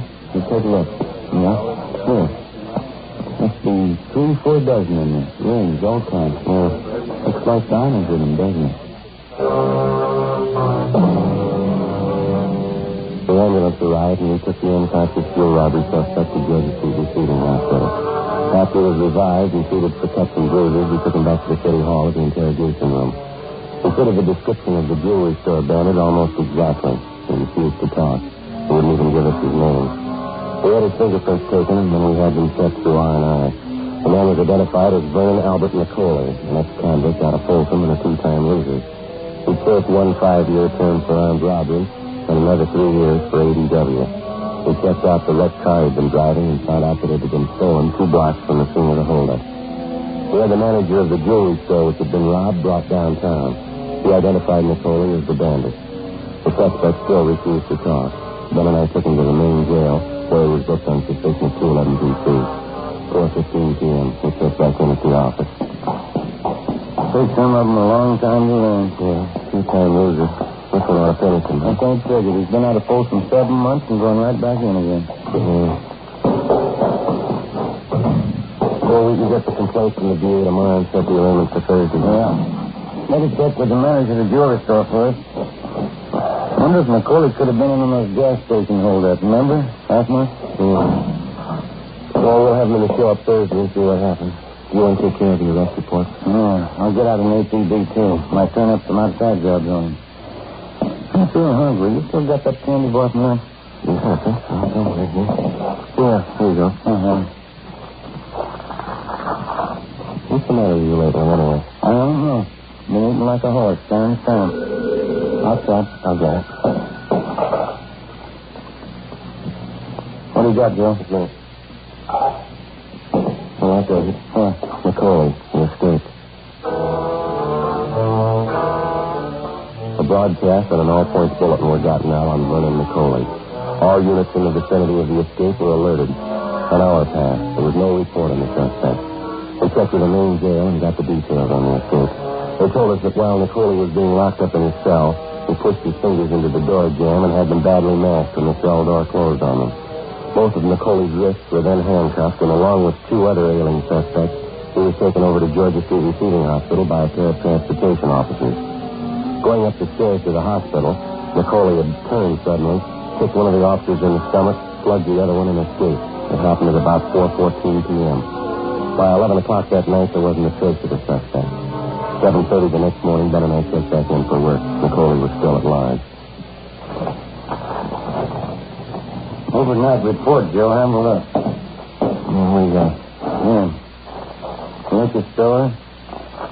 Gas station. Another liquor store. All 3 of them held up between midnight and 2 a.m. Take a look at the bank description. WMA, 5 feet 950 pounds. Medium build, dark hazy, hairy black eyes, fair complexion, deep scar on chin. How about? We didn't waste time getting started again, did we? It's a pretty big come down if it's McCauley. Diamond theft to liquor store. He had to do something. He didn't have any clothes, no money.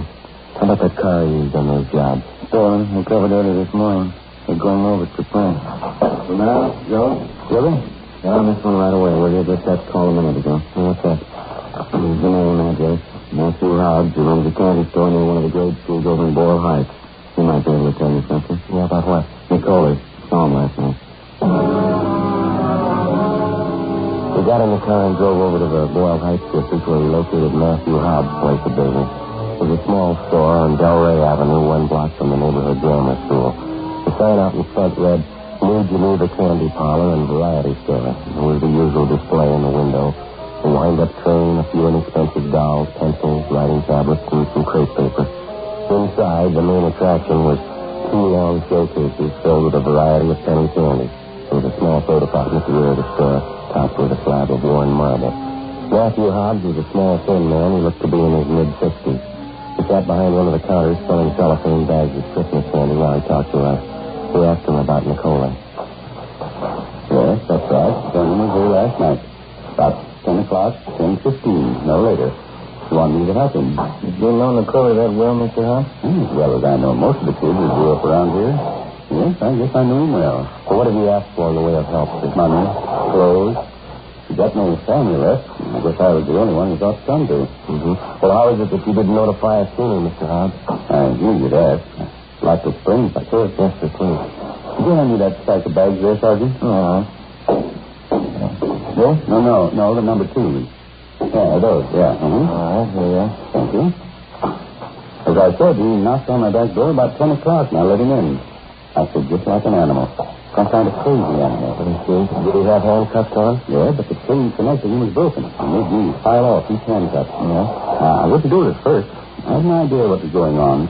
He said he'd kill me if I didn't help him. He kept threatening me. I never saw Vernon like that before. Go on, Chris. Well, Sergeant, I knew that boy when he was in grammar school right up the street there. Wants to sit down and think sometimes, huh? Where they grow up and change. Yes, sir. Well, what happened after you took the cuffs off of him? Well, he got out of his jail clothes and put on one of my suits. Took what I had in my wallet, $12, and then he kept running around and he found my gun. He took that with him, too. Well, didn't you think of calling for help? Not the way he acted, Sergeant. Just like a crazy animal. And he'd have killed me if I'd have tried anything. He warned me not to tell anybody he was here. He said he'd come back and kill me if I did. Well, I waited this morning and I called the police. You said Nicola took a gun from Mr. Hobbs. What kind of a gun was it? .32 automatic. A Colt. I've had it for years. I have it registered with you people. He took just what he pleased. Clothes, guns, money. If you want the truth, Sergeant, I just wasn't brave enough to try to stop him. Well, when Nicola left here, did you notice if he had a car? No, he left on foot. Walked across the street and went down that way, towards town. I don't know. I don't suppose you'll get too far. I hope not. Do you have any idea who he might try to contact? Some of his old friends, his relatives? No, he doesn't have any folks I know of. Terrible thing, isn't it? Kids growing up. Well, the way they change, like Nicola. I can understand them when they're kids. Seen hundreds of them come through here. Know what they're thinking, how they feel. Kind of a hobby. I understand kids. The trouble is they grow up. All of a sudden they stop being kids. I don't understand them after that.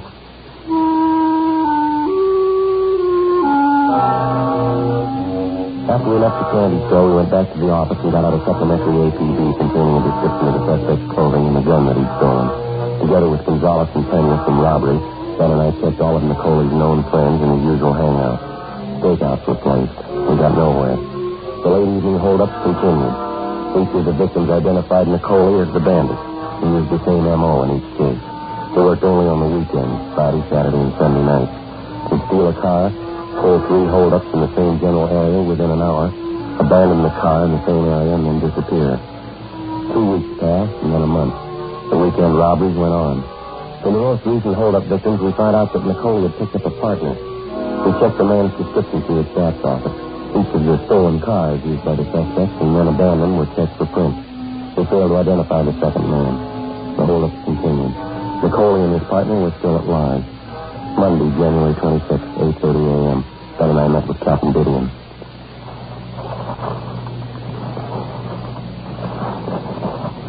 What's the count, Skipper? The usual. 3 holdups Friday, 3 Saturday, 3 Sunday. He's proved his point. He's consistent. Now, when do you blow the whistle on him? We're doing everything that can be done. Stake out, get some info on duty. Not enough. The corner pocket wants some results. They want them fast. How about the times listed for the 3 pickups last night? Have they been double-checked? No, correct. And something else for you. Figure it out. What is it, Joe? Oh, let's see. The drugstore out in West Hollywood robbed at 11:14 p.m. Yeah? All right, now this one. Coffee shop out in the valley. Robbed at 11:20 Wednesday, and both of them the same MO, same everything. That doesn't figure. They couldn't have made it from the spot in West Hollywood out to the valley in 7 minutes. It's not possible. There's a report. Check it. I know, but how could they do it? There must be some way to work out the answer. There's got to be. I can give you the shortcut. Yeah. Nicole, find him. Another 2 weeks passed, and then 2 weeks more. Besides the extra men and units put in service on weekends, 24 separate stakeouts were established in areas where we figured Napoleon and his accomplice would strike. Didn't help much. The holdups continued. There was only one difference. The description of the bandit didn't jive anymore. We still didn't have an answer to the superhuman speed that the two gunmen seemed to show in robbing victims at widely separated points, all within a short period of time. We stayed on it.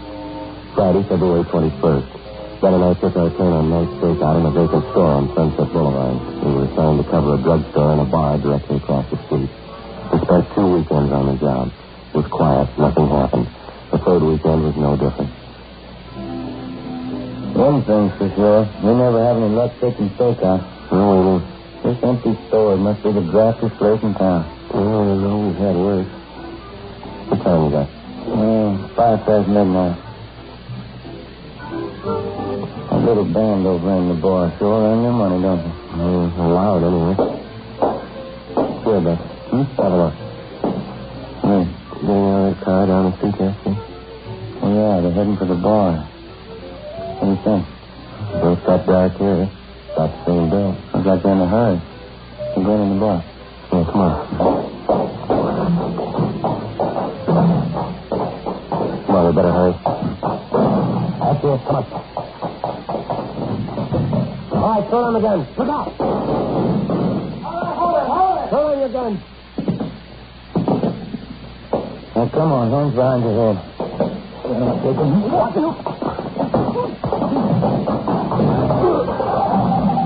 All right, hold it right there. Come on, don't get you all right, Ben? Yeah. You had a good time. I like both of them. That wraps it up, huh? Well, you better look again. Huh? Neither one of them's Macaulay.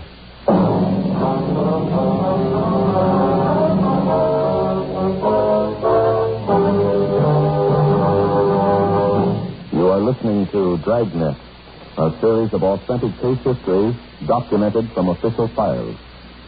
Many of our corporate customers are worried about employees going wild purchasing office supplies. StaplesLink.com allows them to set up workflow approvals and gives them more control over purchases. StaplesLink.com and IBM are bringing office supplies and office management together. I'm Anne Marie Keene of StaplesLink.com, Vice President of Business-to-Business e-commerce. Staples Link took a great idea, a giant step forward. Staples revolutionized the office supply industry with the superstore.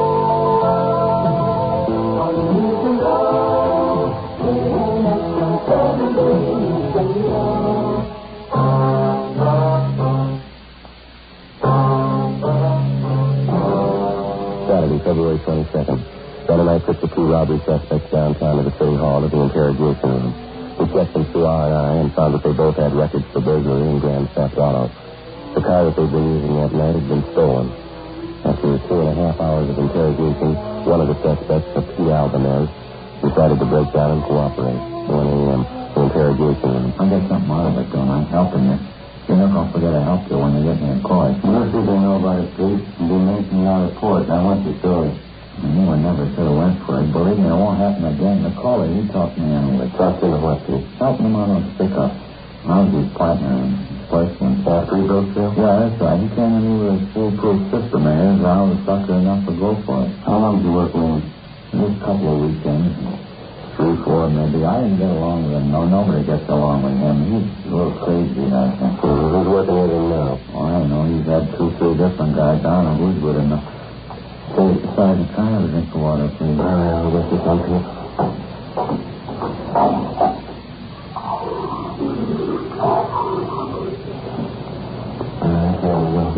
How about the way Nicole works, Pete? 3 or 4 robberies a night all over town.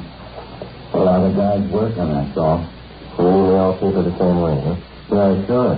When I left them, I went on my own and picked up a partner and used their system. Pretty good one, huh?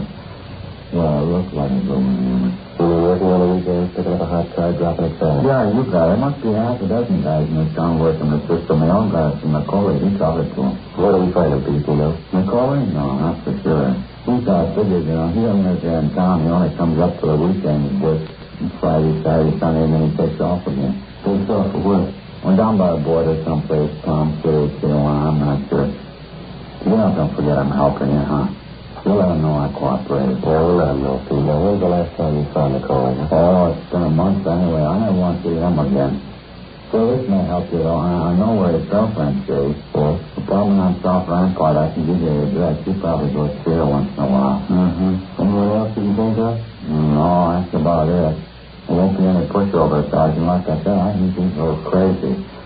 It's not going to be an easy one to take. Well, we'll give it a try. Oh, I mean it that way. He's wild, but you'll get him, I guess. Just one thing. What? You'll have to tell him first. 3:45 a.m. Pete Albanese and his accomplice were booked at the main jail on suspicion 211 PC.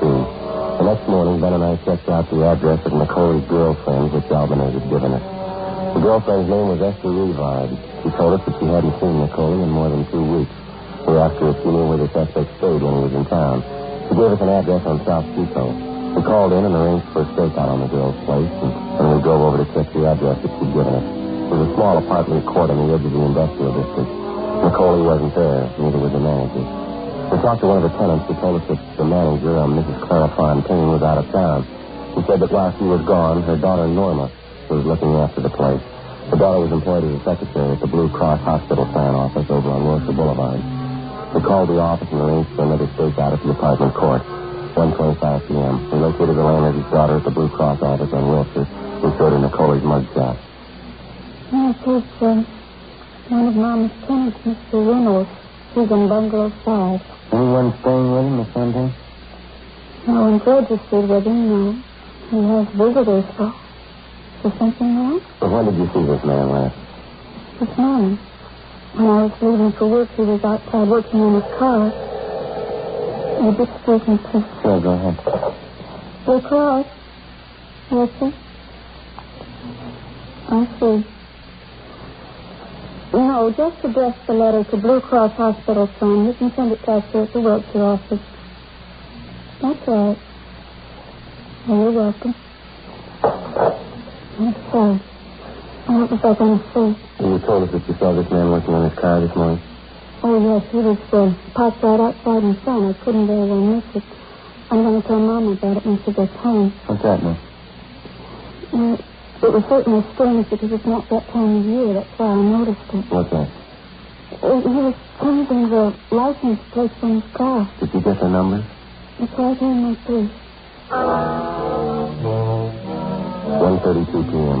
With the information furnished us by the girl, Ben got on the phone and called in a description of the suspect's car, together with the 2 sets of license numbers. It was a 1941 Ford sedan, dark blue, white sidewall tires. Communications got out a broadcast and a supplementary ATV on it. At 6 p.m., Ben and I relieved the men on a stakeout at Macaulay's apartment. They waited. No sign of him. We checked with the office on the hour. No sign of the car. 10 p.m. Still nothing doing. 11 o'clock. Nothing. Gonzalez and Pena from robbery drove out and relieved us, and we headed back to the office. 11:26 p.m. What do you figure? I don't know. It's plugged every hole I can think of. Things due for a break, isn't it? Overdue. I could use some sleep. What is that? Right. Yeah, right away. River? Hi, here's one of me, right? Yeah? Charleston Beacon, southeast corner. What is it? Macaulay's car. They got it spotted. 11:56 p.m. Ben and I drove to the vicinity of 12th and Beacon, where we checked with the men in Unit 80K who'd spotted the car. They'd gotten out a code 5 on it. The description matched perfectly. A 1941 Ford sedan, dark blue, white sidewall tires. The license number was one of those given us by the apartment manager's daughter that afternoon. Together with the 2 men in 86K, we staked out on the suspect's car at a distance. It was parked almost exactly in the middle of the block. About 20 feet behind it, a red and white delivery truck was parked. The street was fairly deserted. The only place of business open was a small corner bar at the far end of the block. 12:30. 1 a.m. No one came near the dark blue sedan. We waited. 2 a.m. The corner bar closed up. A man came out, got in the red and white delivery truck, and drove off. 2:30 a.m. The dark blue sedan was still sitting there. He kept waiting. Roger 13 hour, code 7. Well, one way or the other, I wish he'd make up his mind. Yeah, it's a long way. Cold room here, and it wasn't that vacant door. Oh, better check and see if you're clear. Yeah, all right, I'll do it. 82 to Control 1. 802 to Control 1. Control 1 to 80K. Go ahead. 82 to Control 1. We clear. Control 1 to 80K. Stand by. Oh, you on smoke. I'm out. You too? Yeah. I guess we do without. Yeah. Control 1 to 80K. Control 1 to 80K. You're cleared. Code 1 to MH670. 82 to Control 1. Roger. KMH670. Have a look, Joe. Just turn the corner. Where? Far end of the block, opposite side. Heading up this way. Yeah. You make out 2 of them there? Mm-hmm. 2. They're passing by the sedan. No, they... We're getting there, aren't they? Mm-hmm. Come on. Spotted us, Joe. They're getting out. All right, hold it there, both of you. Sit down, Joe. Throw out the Coley. Hold it, Carl. All right, hold it. Don't. Throw out your gun, both of you. Harry, don't shoot. Throw out your gun. They'll kill him. Get up, Harry. They'll kill him. Come on, throw him out. Don't shoot. Here's my gun. Don't shoot. One of them. Come on, Harry. You got it. Get up. That's 2. Let's go. Yeah, careful. There's a gun. Don't shoot. I got my hands up. All right, keep them up. Okay, I will. Just don't shoot. I didn't use my gun. Harry did. I tried to tell him you heard me. You heard me. Heard me sit up to shoot. Check my gun. I didn't shoot at you. Come on. Get him out in front of him. I'll get you on. All right. Come on, officer. Third time for me. All right, save it. Okay, Joe, you ready? Let's go. Please, huh? Give me a break. You picked the wrong time to cry, mister. Please, now, this is the 3rd time for me. I'm no good in that. You had your chances. You took them away. That's not the deal. I'm no good in jail. No good at all. You'll know better out here. Let's go. The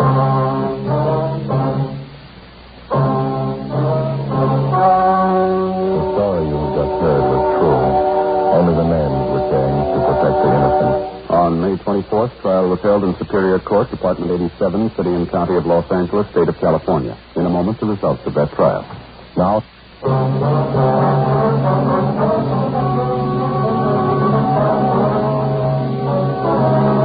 Nicole and his accomplices were tried and convicted on several counts of first-degree robbery. They received sentences as prescribed by law and are now serving their terms in the state penitentiary. First-degree robbery is punishable by a prison term of not less than 5 years, with a maximum life term. Ladies and gentlemen, the Red Cross has been asked by your government to help the nation mobilize for defense. You can help by giving generously to the Red Cross. You have just heard Dragnet, a series of authentic cases from official files. Technical advice comes from the Office of Chief of Police W.H. Parker, Los Angeles Police Department. The P2635.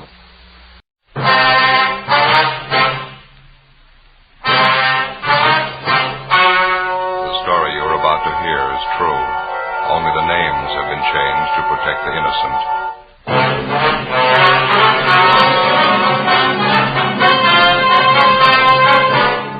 You're a detective sergeant. You're assigned to homicide detail.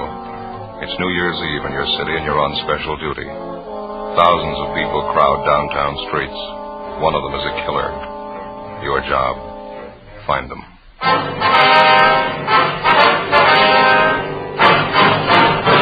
Dragnet, the documented drama of an actual crime. For the next 30 minutes, in cooperation with the Los Angeles Police Department, you will travel step by step on the side of the law through an actual case transcribed from official police files. From beginning to end, from crime to punishment, Dragnet is the story of your police force in action. It was New Year's Eve. It was cold in Los Angeles. We were working the night watch out of homicide, special duty. My partner's Ben Romero. The boss is Thad Brown, chief of detectives. My name's Friday. I was on the way back from dinner, and it was 8:35 p.m. when I got to room 42. Homicide. Joe? Hi, Barney. How is it outside? It's cold. Not keeping people at home, though. You check the crowds? Yeah. Been watching her from the window here. Seems bigger than last New Year's. Crazy. You're on with Ben and me tonight, is that right? Uh-huh. Thought I was going to have it off. Wife had a little house party planned and everything. Well, that's too bad. Maybe next time, huh? Yeah, that's what I said last New Year's. Nah, guess we better start moving. Yeah, where's Ben? He went down the hall a minute, said he'd be right back. I better take my top coat, huh? Yeah, I would if I were you. Nothing for us in the book, is there, Barney? I almost forgot Jack Conley called, having a little party out at his house. Wants you or Romero to drop around when you get off. Said he'd call back. Hi, Joe. Hi. You about ready? Yeah, let me grab my overcoat. All right. I just tagged by communications. Switchboard's lit up like a Christmas tree, doing a $1 bid. Just like last year, they're starting off strong. 415s, 507, calls coming in with a dozen. I'd like to see it just once. People celebrating New Year's without tearing up half the town. I get it. Homicide Friday. Oh, yeah, Jack. Yeah, well, Barney just mentioned it. Well, we'll try and make it. You know how things are tonight. Yeah, we'll try, sure. Thanks a lot. There's Jack Conley, Ben, on his way home. He wants us to drop by his place if we get off early tonight. Not much chance of that. You ready? Yeah, I am. You, Barney? Let's go.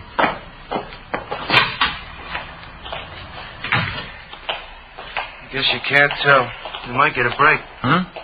The crowds are starting in pretty early. Good chance they'll break and go home right after midnight. That should get us off early. And that was the idea last year, wasn't it, Ben? Yeah. What time did you get off? 6 a.m.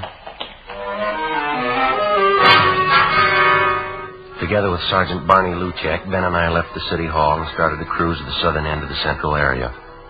As any police officer can tell you, New Year's Eve for him is one of the hardest working nights in the year. This one was no different for us. Within an hour, we'd had more than a half a dozen calls to check out. Street fights, drunken driving, disturbing the peace. The usual complaints that you'd expect to get when a community of 3 million celebrates New Year's Eve. 9:43 p.m. We were cruising in the area of Alameda and Macy Street. Unit 72R at Wilshire in Geneva at 311. At 311, KMA 367. Roger, 72R. Unit 112 at 83 Naylor Avenue. See the man, keep the peace. KMA 367. No stopping them, huh? Well, it's a big night. Smoke, Joe? No, thanks. Attention all units in the vicinity at East Main and Darwin. An officer needs help. That looks like we got one, huh? Yeah. All units in the vicinity at East Main and Darwin. An officer needs help. KMA 367. I guess we better handle it, huh? All right. The next one to the left, Ben. We can go out Darwin. Yeah. I better call him. 80K to Control 1. 80K to Control 1. What's the matter? Well, I guess they're busy. 80K to Control 1. 80K to Control 1. Stand by, 80K. Attention, all units. All units in the vicinity. The call to East Main and Darwin is now a shooting. I guess you better push it, Ben. Yep. Got it down to the floor. All units in the vicinity. The call to East Main and Darwin is now a shooting. The call is now code 3, KMA 367. That's it coming up, Ben. East Main. Yeah. There's a crowd there on the corner. I guess you better pull up here, huh? All right. Come on. Yeah. Over by light pole, Ben. Joe, man lying on the sidewalk. You want to check the crowd, Barney? Yeah, okay. Let us through here, please. Can we get through? Excuse me. Look, will you please get back? Move back, please. All right, come on. I wonder if you just move along. Just move along there. Move along. That's Give us right. a little room to work. Thank you. Ben? Yeah, Joe? Have a look here. Huh? No. There's Jack Conley. That? He's dead. His full name is John Patrick Conley, serial number 367. He was one of the veteran officers in Central Homicide. He lay face down on the pavement, one of his legs straddling the curbstone. He'd been shot twice at the base of his skull. There were 4 more bullet wounds in his back. Ben got to a phone, called Homicide, and told them what had happened. 24 cruiser cars and more than 100 men were immediately dispatched to the scene of the killing. They circled the area for a dozen blocks around and started a door-to-door search for the killer. Suspicious-looking pedestrians were stopped at every street corner and questioned. 10:30 p.m. The ambulance arrived and Jack Conley's body was taken to the morgue. Along with Thaxter and Bryan from Homicide, Barney Luchak, Ben, and I continued checking in the immediate vicinity of the killing. We found no one who'd admit that they actually saw the shooting. Half a dozen people in the crowd told us that they heard the shots and they saw Conley fall to the pavement. They'd also seen a man standing behind Conley turn and run down the street right after the shooting. No one had followed him. The man was described as medium build, wearing a dark suit and a dark hat. That's all they could tell us. 11:25 p.m. Ben and I met Barney Luchek back at the car. Morning. Did you get anything? Checked out every store in the neighborhood that's open. Not much. How about you? Well, it's the same. Pretty thin. Brian and Thaxter turned up a newsboy down the street. He told him he saw the guy in the dark suit running down the street. Yeah. Thought he saw the guy come out of this bar here. We heard that too, Barney. We talked to the bartender. He doesn't recall the man. Well, I say, I almost forgot. I checked with the office. Mrs. Conley's been calling in. Wants to know where her husband is. Oh, yeah. I asked personnel to hold off notifying her. Thought maybe you fellas would want to tell her. You knew Conley pretty well, didn't you? Yeah, a long time. Family man? 3 kids. If you fellas don't want to tell her, I'll call personnel back. They can do it. No, it's all right. We'll tell her.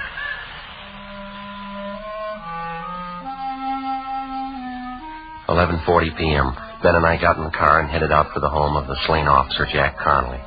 The house was on Ralston Avenue, just a few blocks from where Ben lived. We parked the car and started up the front walk. The lights were burning in the living room.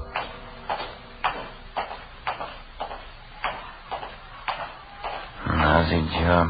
What? I said it's a lousy job. Yeah.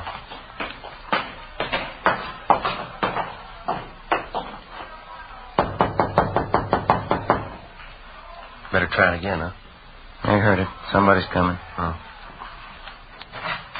Hi, Joe, Ben. Hello, Betty. Hi, Betty. I'm sure glad you can make it. Everybody's here. Come in, come in. Okay. Thank you. I'm still waiting for that wandering husband of mine. If he's not here by midnight, he's going to be in the doghouse for sure. Here, let me take your coat. No, Betty, that's all right. I wonder if we could go back into the kitchen. We'd like to talk to you. Mary, can't you stay long? Well, no, not too long. Oh, that's too bad. Well, come on back in the kitchen. I'll get you something. Maybe you can drop back later on. Jack should be here by then. He'd better be. Come on in. Either one of you seen Jack? That's what we wanted to talk to you about, Betty. What? You want to sit down, Betty? What is it, Joe? Tell me. Well, he had an accident. Where is he? I want to go see him. How bad an accident? Pretty bad. I want to go see him, Joe. If he's hurt, I want to see him. Couldn't be that bad, could it? Yeah. Oh, please, Joe. Please, not dead. Tell me, Joe, please. I'm sorry, Betty. Dear God. Oh, God. Want to give me a hand here, Joe? Yeah. Oh, she's white as a sheet. It'll be worse when she comes to. We better get a hold of the family doctor. No, we're going to have to wait. We'll never get through now. Huh? Phone lines are probably jammed. It's midnight. Oh, yeah. Happy New Year. 12:30 a.m. We finally got a hold of the Conley's family doctor, and he told us that he'd be over as quickly as possible. Some of Betty Conley's relatives at the party said that they'd look after things until the doctor arrived. Ben and I left the house and drove back to the scene of the murder. The house-to-house check of the entire area was still going on. There was no trace of the killer. 1:30 a.m. A low fog moved in over the city. Traffic began to thin out a little. The street crowds disappeared. 2 a.m. The search went on. A little before 2:30, a patrolman on foot located a taxicab driver in the neighborhood who claimed that he'd seen a man answering the killer's description just after the shooting. Ben and I went down the street to talk to the driver. He sat behind the wheel of his cab. It was especially equipped with shortwave radio to handle calls directly from the taxi company's dispatch office.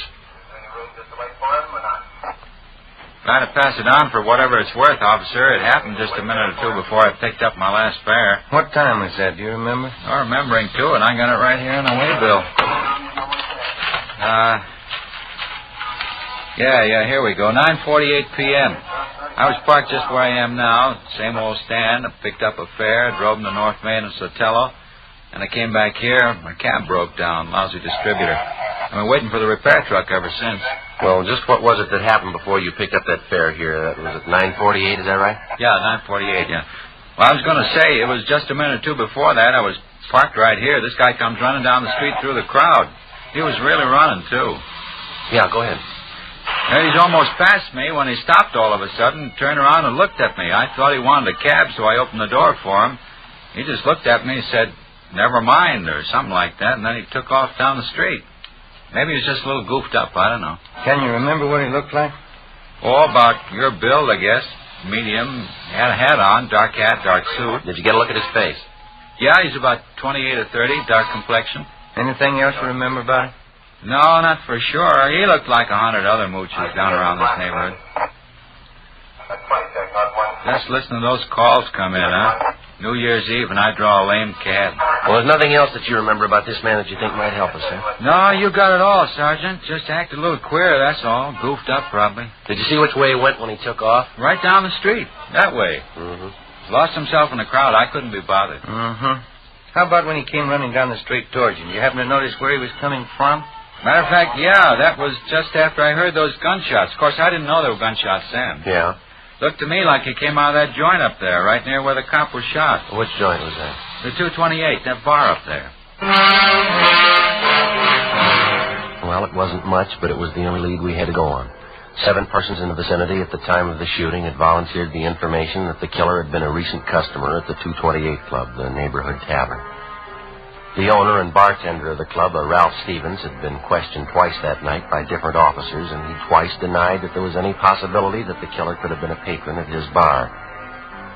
Stevens' denial didn't make any more sense than the killing itself. We made arrangements to have the cab driver we interviewed come down to the city hall to check through our mug books for the suspect. By 10 a.m. the next morning, the body of the slain homicide officer, Jack Conley, had been posted. 4 bullets were taken from his back, 2 from the base of his skull. Russ Camp ran the slugs through ballistics, where they were identified as having been fired from a .38 caliber Colt Special revolver. 11 a.m. We drove back to the 228 Club, where we talked to some of the customers who'd been there the night before. 3 of them told us that they'd seen a man answering the general description of the killer in the bar shortly before the shooting. Ben and I went back to the stockroom at the rear of the bar and talked to the owner, Ralph Stevens. Look, how long does this thing have to go on anyway? I told you everything I knew last night. We know that, Stephen. Doesn't seem to jibe with what the rest of the witnesses saw, though. Then maybe you better take it up with them. I don't know anything about it. I got work to do, and you're in my way there. Excuse me. How come you're so sure that the man we want wasn't in your place last night? I'm not on trial here. You asked me what I know, and I told you. If you don't mind, I got work to do. You mind moving over there? All right, we'd appreciate it if you'd cooperate. All right, if you want to know the truth, you're not good for my business here. Cops never are. Coming around asking questions, customers don't like it. It's no good for business, no good at all. The cop was killed last night right outside your front door, and a half a dozen people say that the guy who did it was in here drinking. I run this place. It's mine. I say the man wasn't in here. Still like to know how you're so sure. I'm getting a little tired of this. I don't have an office down at the city hall to lounge around in. I got work to do. How about leaving, huh? You want to get your coat? We can talk to you downtown. Come on. Not before I call my lawyer. Go ahead and call him. Where's your coat? Why do we have to have trouble? I haven't got any beefs with you. No trouble, Stevens. We have to get to the bottom of it, that's all. I'd like to have you cooperate. Maybe the guy was in here last night. He came in a couple of times, that's all. I didn't want it to get out. Bad for business, those things. Can't afford it. Keeps customers away. Then the man was in here last night, is that right? I wasn't trying to cover it for him. I hardly know him. I just didn't want it to get out. I got a right to protect my business. Who is the man? Harry Talmadge. He's a hophead. If he did it, it probably wasn't his fault. How do you mean? He was hyped up last night, uses heroin. He probably didn't mean to shoot. Where do we find him? I wouldn't know if this is right. Old address. What is it? Fairview Hotel. Try there. 11:35 a.m., New Year's Day. We got in touch with Barney Luchek and Tom Bryan from Homicide, and they drove downtown to check at the Fairview Hotel for the suspect. Ben and I finished questioning the owner of the 228 Club, and we went back to the office. 11:58 a.m., Barney Luchek and Bryan got back. Barney, what have you got? Fairview Hotel in South Grand. Was that the one? Yeah. Did you find it okay? Yeah, I talked to the desk clerk. Talmadge registered there? Yeah, he was. Checked out 2 months ago. No leads.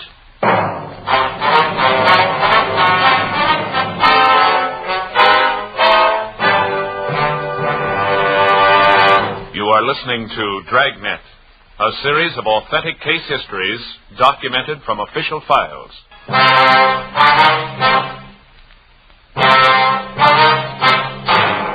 1 p.m. New Year's Day. After we found that the suspect, Harry Talmadge, had checked out of the Fairview Hotel months before, Ben and I went back to the office and ran his name through R&I. The information given us by Ralph Stevens, the owner of the 228 Club, was apparently correct. The record on Talmadge showed that he was a confirmed user of narcotics. He served 2 brief terms for illegal possession of narcotics and another short term in the county jail for petty theft. We got out a broadcast and an APB on Talmadge. We checked out all his known friends and relatives, the places that he frequented, hotels, boarding houses that he'd stayed at. No leads.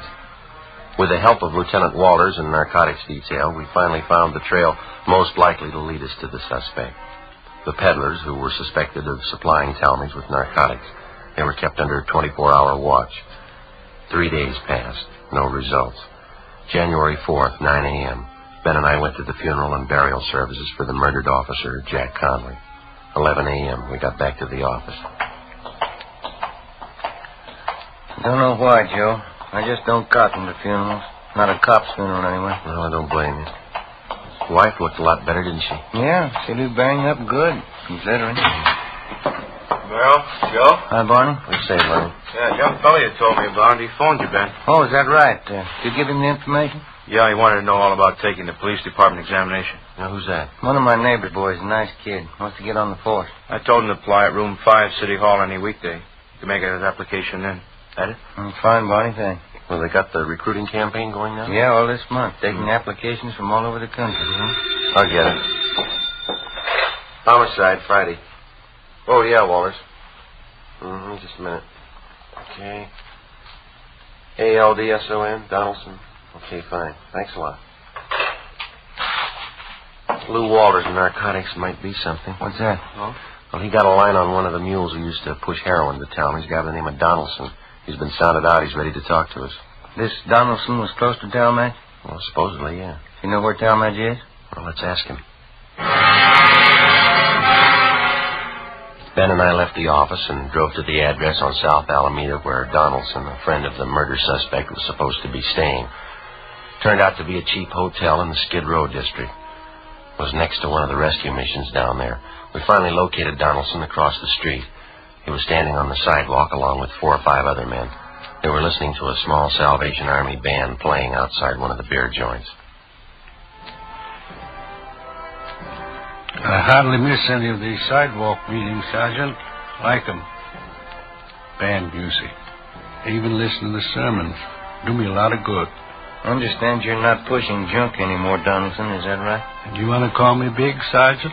Name's really John, but everybody calls me Big. All right. No, I haven't been pushing junk. Not for months. All through with it. Well, when's the last time that you saw Harry Talmadge? A couple of weeks ago. I'm not much for Harry anymore. Like I say, I've been regular at these sidewalk meetings, hearing the sermons. Changes the way a fella does things, you know. Yeah. Man's got to turn good sometime during his life. Not getting any younger. 58. I figure it's time I start living by the word. Say, that's nice music, isn't it? Yeah. Do you have any idea where we might find Talmadge now? I might have a few ideas on it. I don't know. Say, I guess neither one of you fellas use snuff. No. Don't bother you, does it? No, go right ahead. That's all right. I know the last boarding house Harry stayed at, if that'll help any. Place on 12th Street. I can give you the address. Well, is he still there, do you know? I don't think he is, no. Matter of fact, I'm sure he's not. Wish Harry'd come around and see me. Like to get him interested in these sidewalk meetings. Getting listening to the sermons might help him. Did an awful lot for me. Yes, sir. When you say that you saw Talmadge about 2 weeks ago? Well, not quite 2 weeks ago. It was the day after Christmas. Came down to my hotel and wanted some money. I couldn't give him any. That's when he told me he was moving. Going to some rooming house up around the City Hall section up there. Did he mention any address? Not that I recollect, no. That sure is nice music, isn't it? Well, how about some of his other friends, Biggs? You think they might be able to help us? Well, Duke might help you. Harry and old Duke are still great friends. Duke sees him more than I do. Where do we find Duke? Well, you know the Penny Arcade down in South Main? Right down from the train depot there? Yeah. That's where Duke works. He's a janitor there. I've been trying to get Duke to come to the sidewalk meetings, too. He sure could stand it, old Duke. Well, thanks very much, Biggs. Not at all, Sergeant. Always glad to help out. Now, look at that now. All out of snuff. Say you couldn't see your way clear, could you? There you go, Biggs. That's sure Christian of you, Sergeant. I'll handle this just like a personal loan. That's all right, Biggs. Don't say anything about us talking to you, though, huh? Not to anyone. No, sir, I won't. You can trust me. Say, when you see Harry, give him a message, huh? Well, what's that? You tell him to come and see me. I want him to show up at these meetings, hear the sermons. It could change everything, Sergeant. It could give him a new life, new soul. Brand new soul for Harry. Think of that. Yeah, I could use one. 3 p.m. Tuesday, January 4th. We drove down to the Penny Arcade on South Main. Harry Talmadge's friend, Duke, wasn't there. The manager of the place gave us his home address, and we checked it out. Duke wasn't there either. We staked out at the place for the rest of the afternoon. Duke failed to show. At 6 o'clock that night, Barney Luchek and Brian from Homicide came out and relieved us. Ben and I had dinner at Johnny Copen's, and then we went back to the office. 7:20 p.m. Want to grab that, Joe? Yeah, I got it. Homicide, Friday. This is Luchek, Joe. Oh, yeah, Barney. Talmadge's friend just showed up here. We're talking to him now. Will he tell you anything? Yeah, you got a pencil. You better write this down. All right, wait a minute. Just a second. All right, go ahead. 1727 West Hoover, apartment 3. That was 1727 West Hoover, is that right? Yeah. Apartment 3? Well, what's the pitch? Harry Talmadge. Duke says he's there now. All right, Barney, thanks. Bye. Luchek? Yeah. What's he got?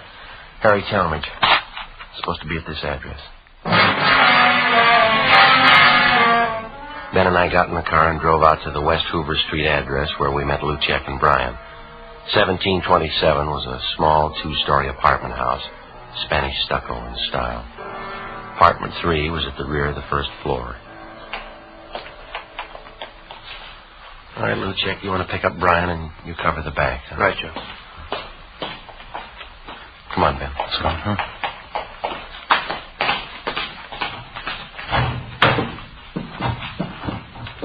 Guess up the stairs, huh? Mm-hmm.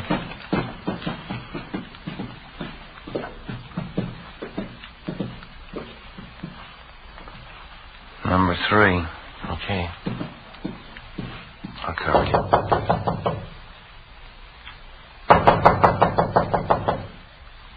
No sound inside.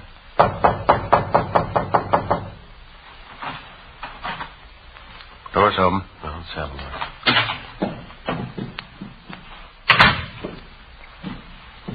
No, it's empty. You want to try the bedroom? I'll check the kitchen.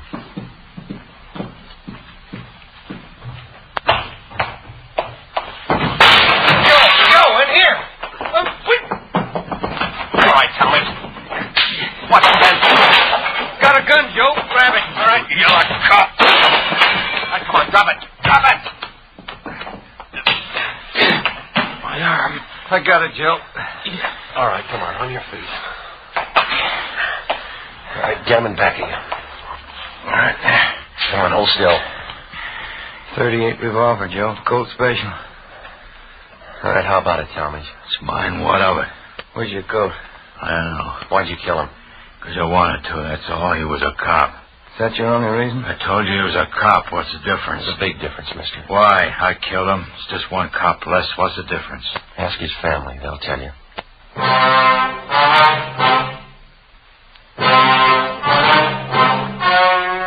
The story you've just heard was true. Only the names were changed to protect the innocent. On March 26th, trial was held in Superior Court, Department 86, City and County of Los Angeles, State of California. In a moment, the results of that trial.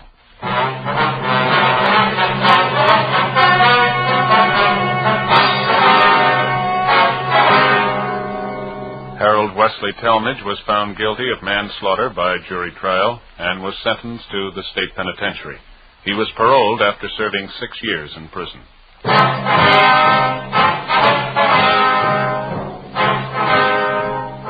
You have just heard Dragnet, a series of authentic cases from official files. Technical advice comes from the Office of Chief of Police W.H. Parker, Los Angeles Police Department. Fatima Cigarettes, best of all long cigarettes, has brought you Dragnet, portions transcribed from Los Angeles. Stay tuned for Counter Spy, more good mystery on NBC.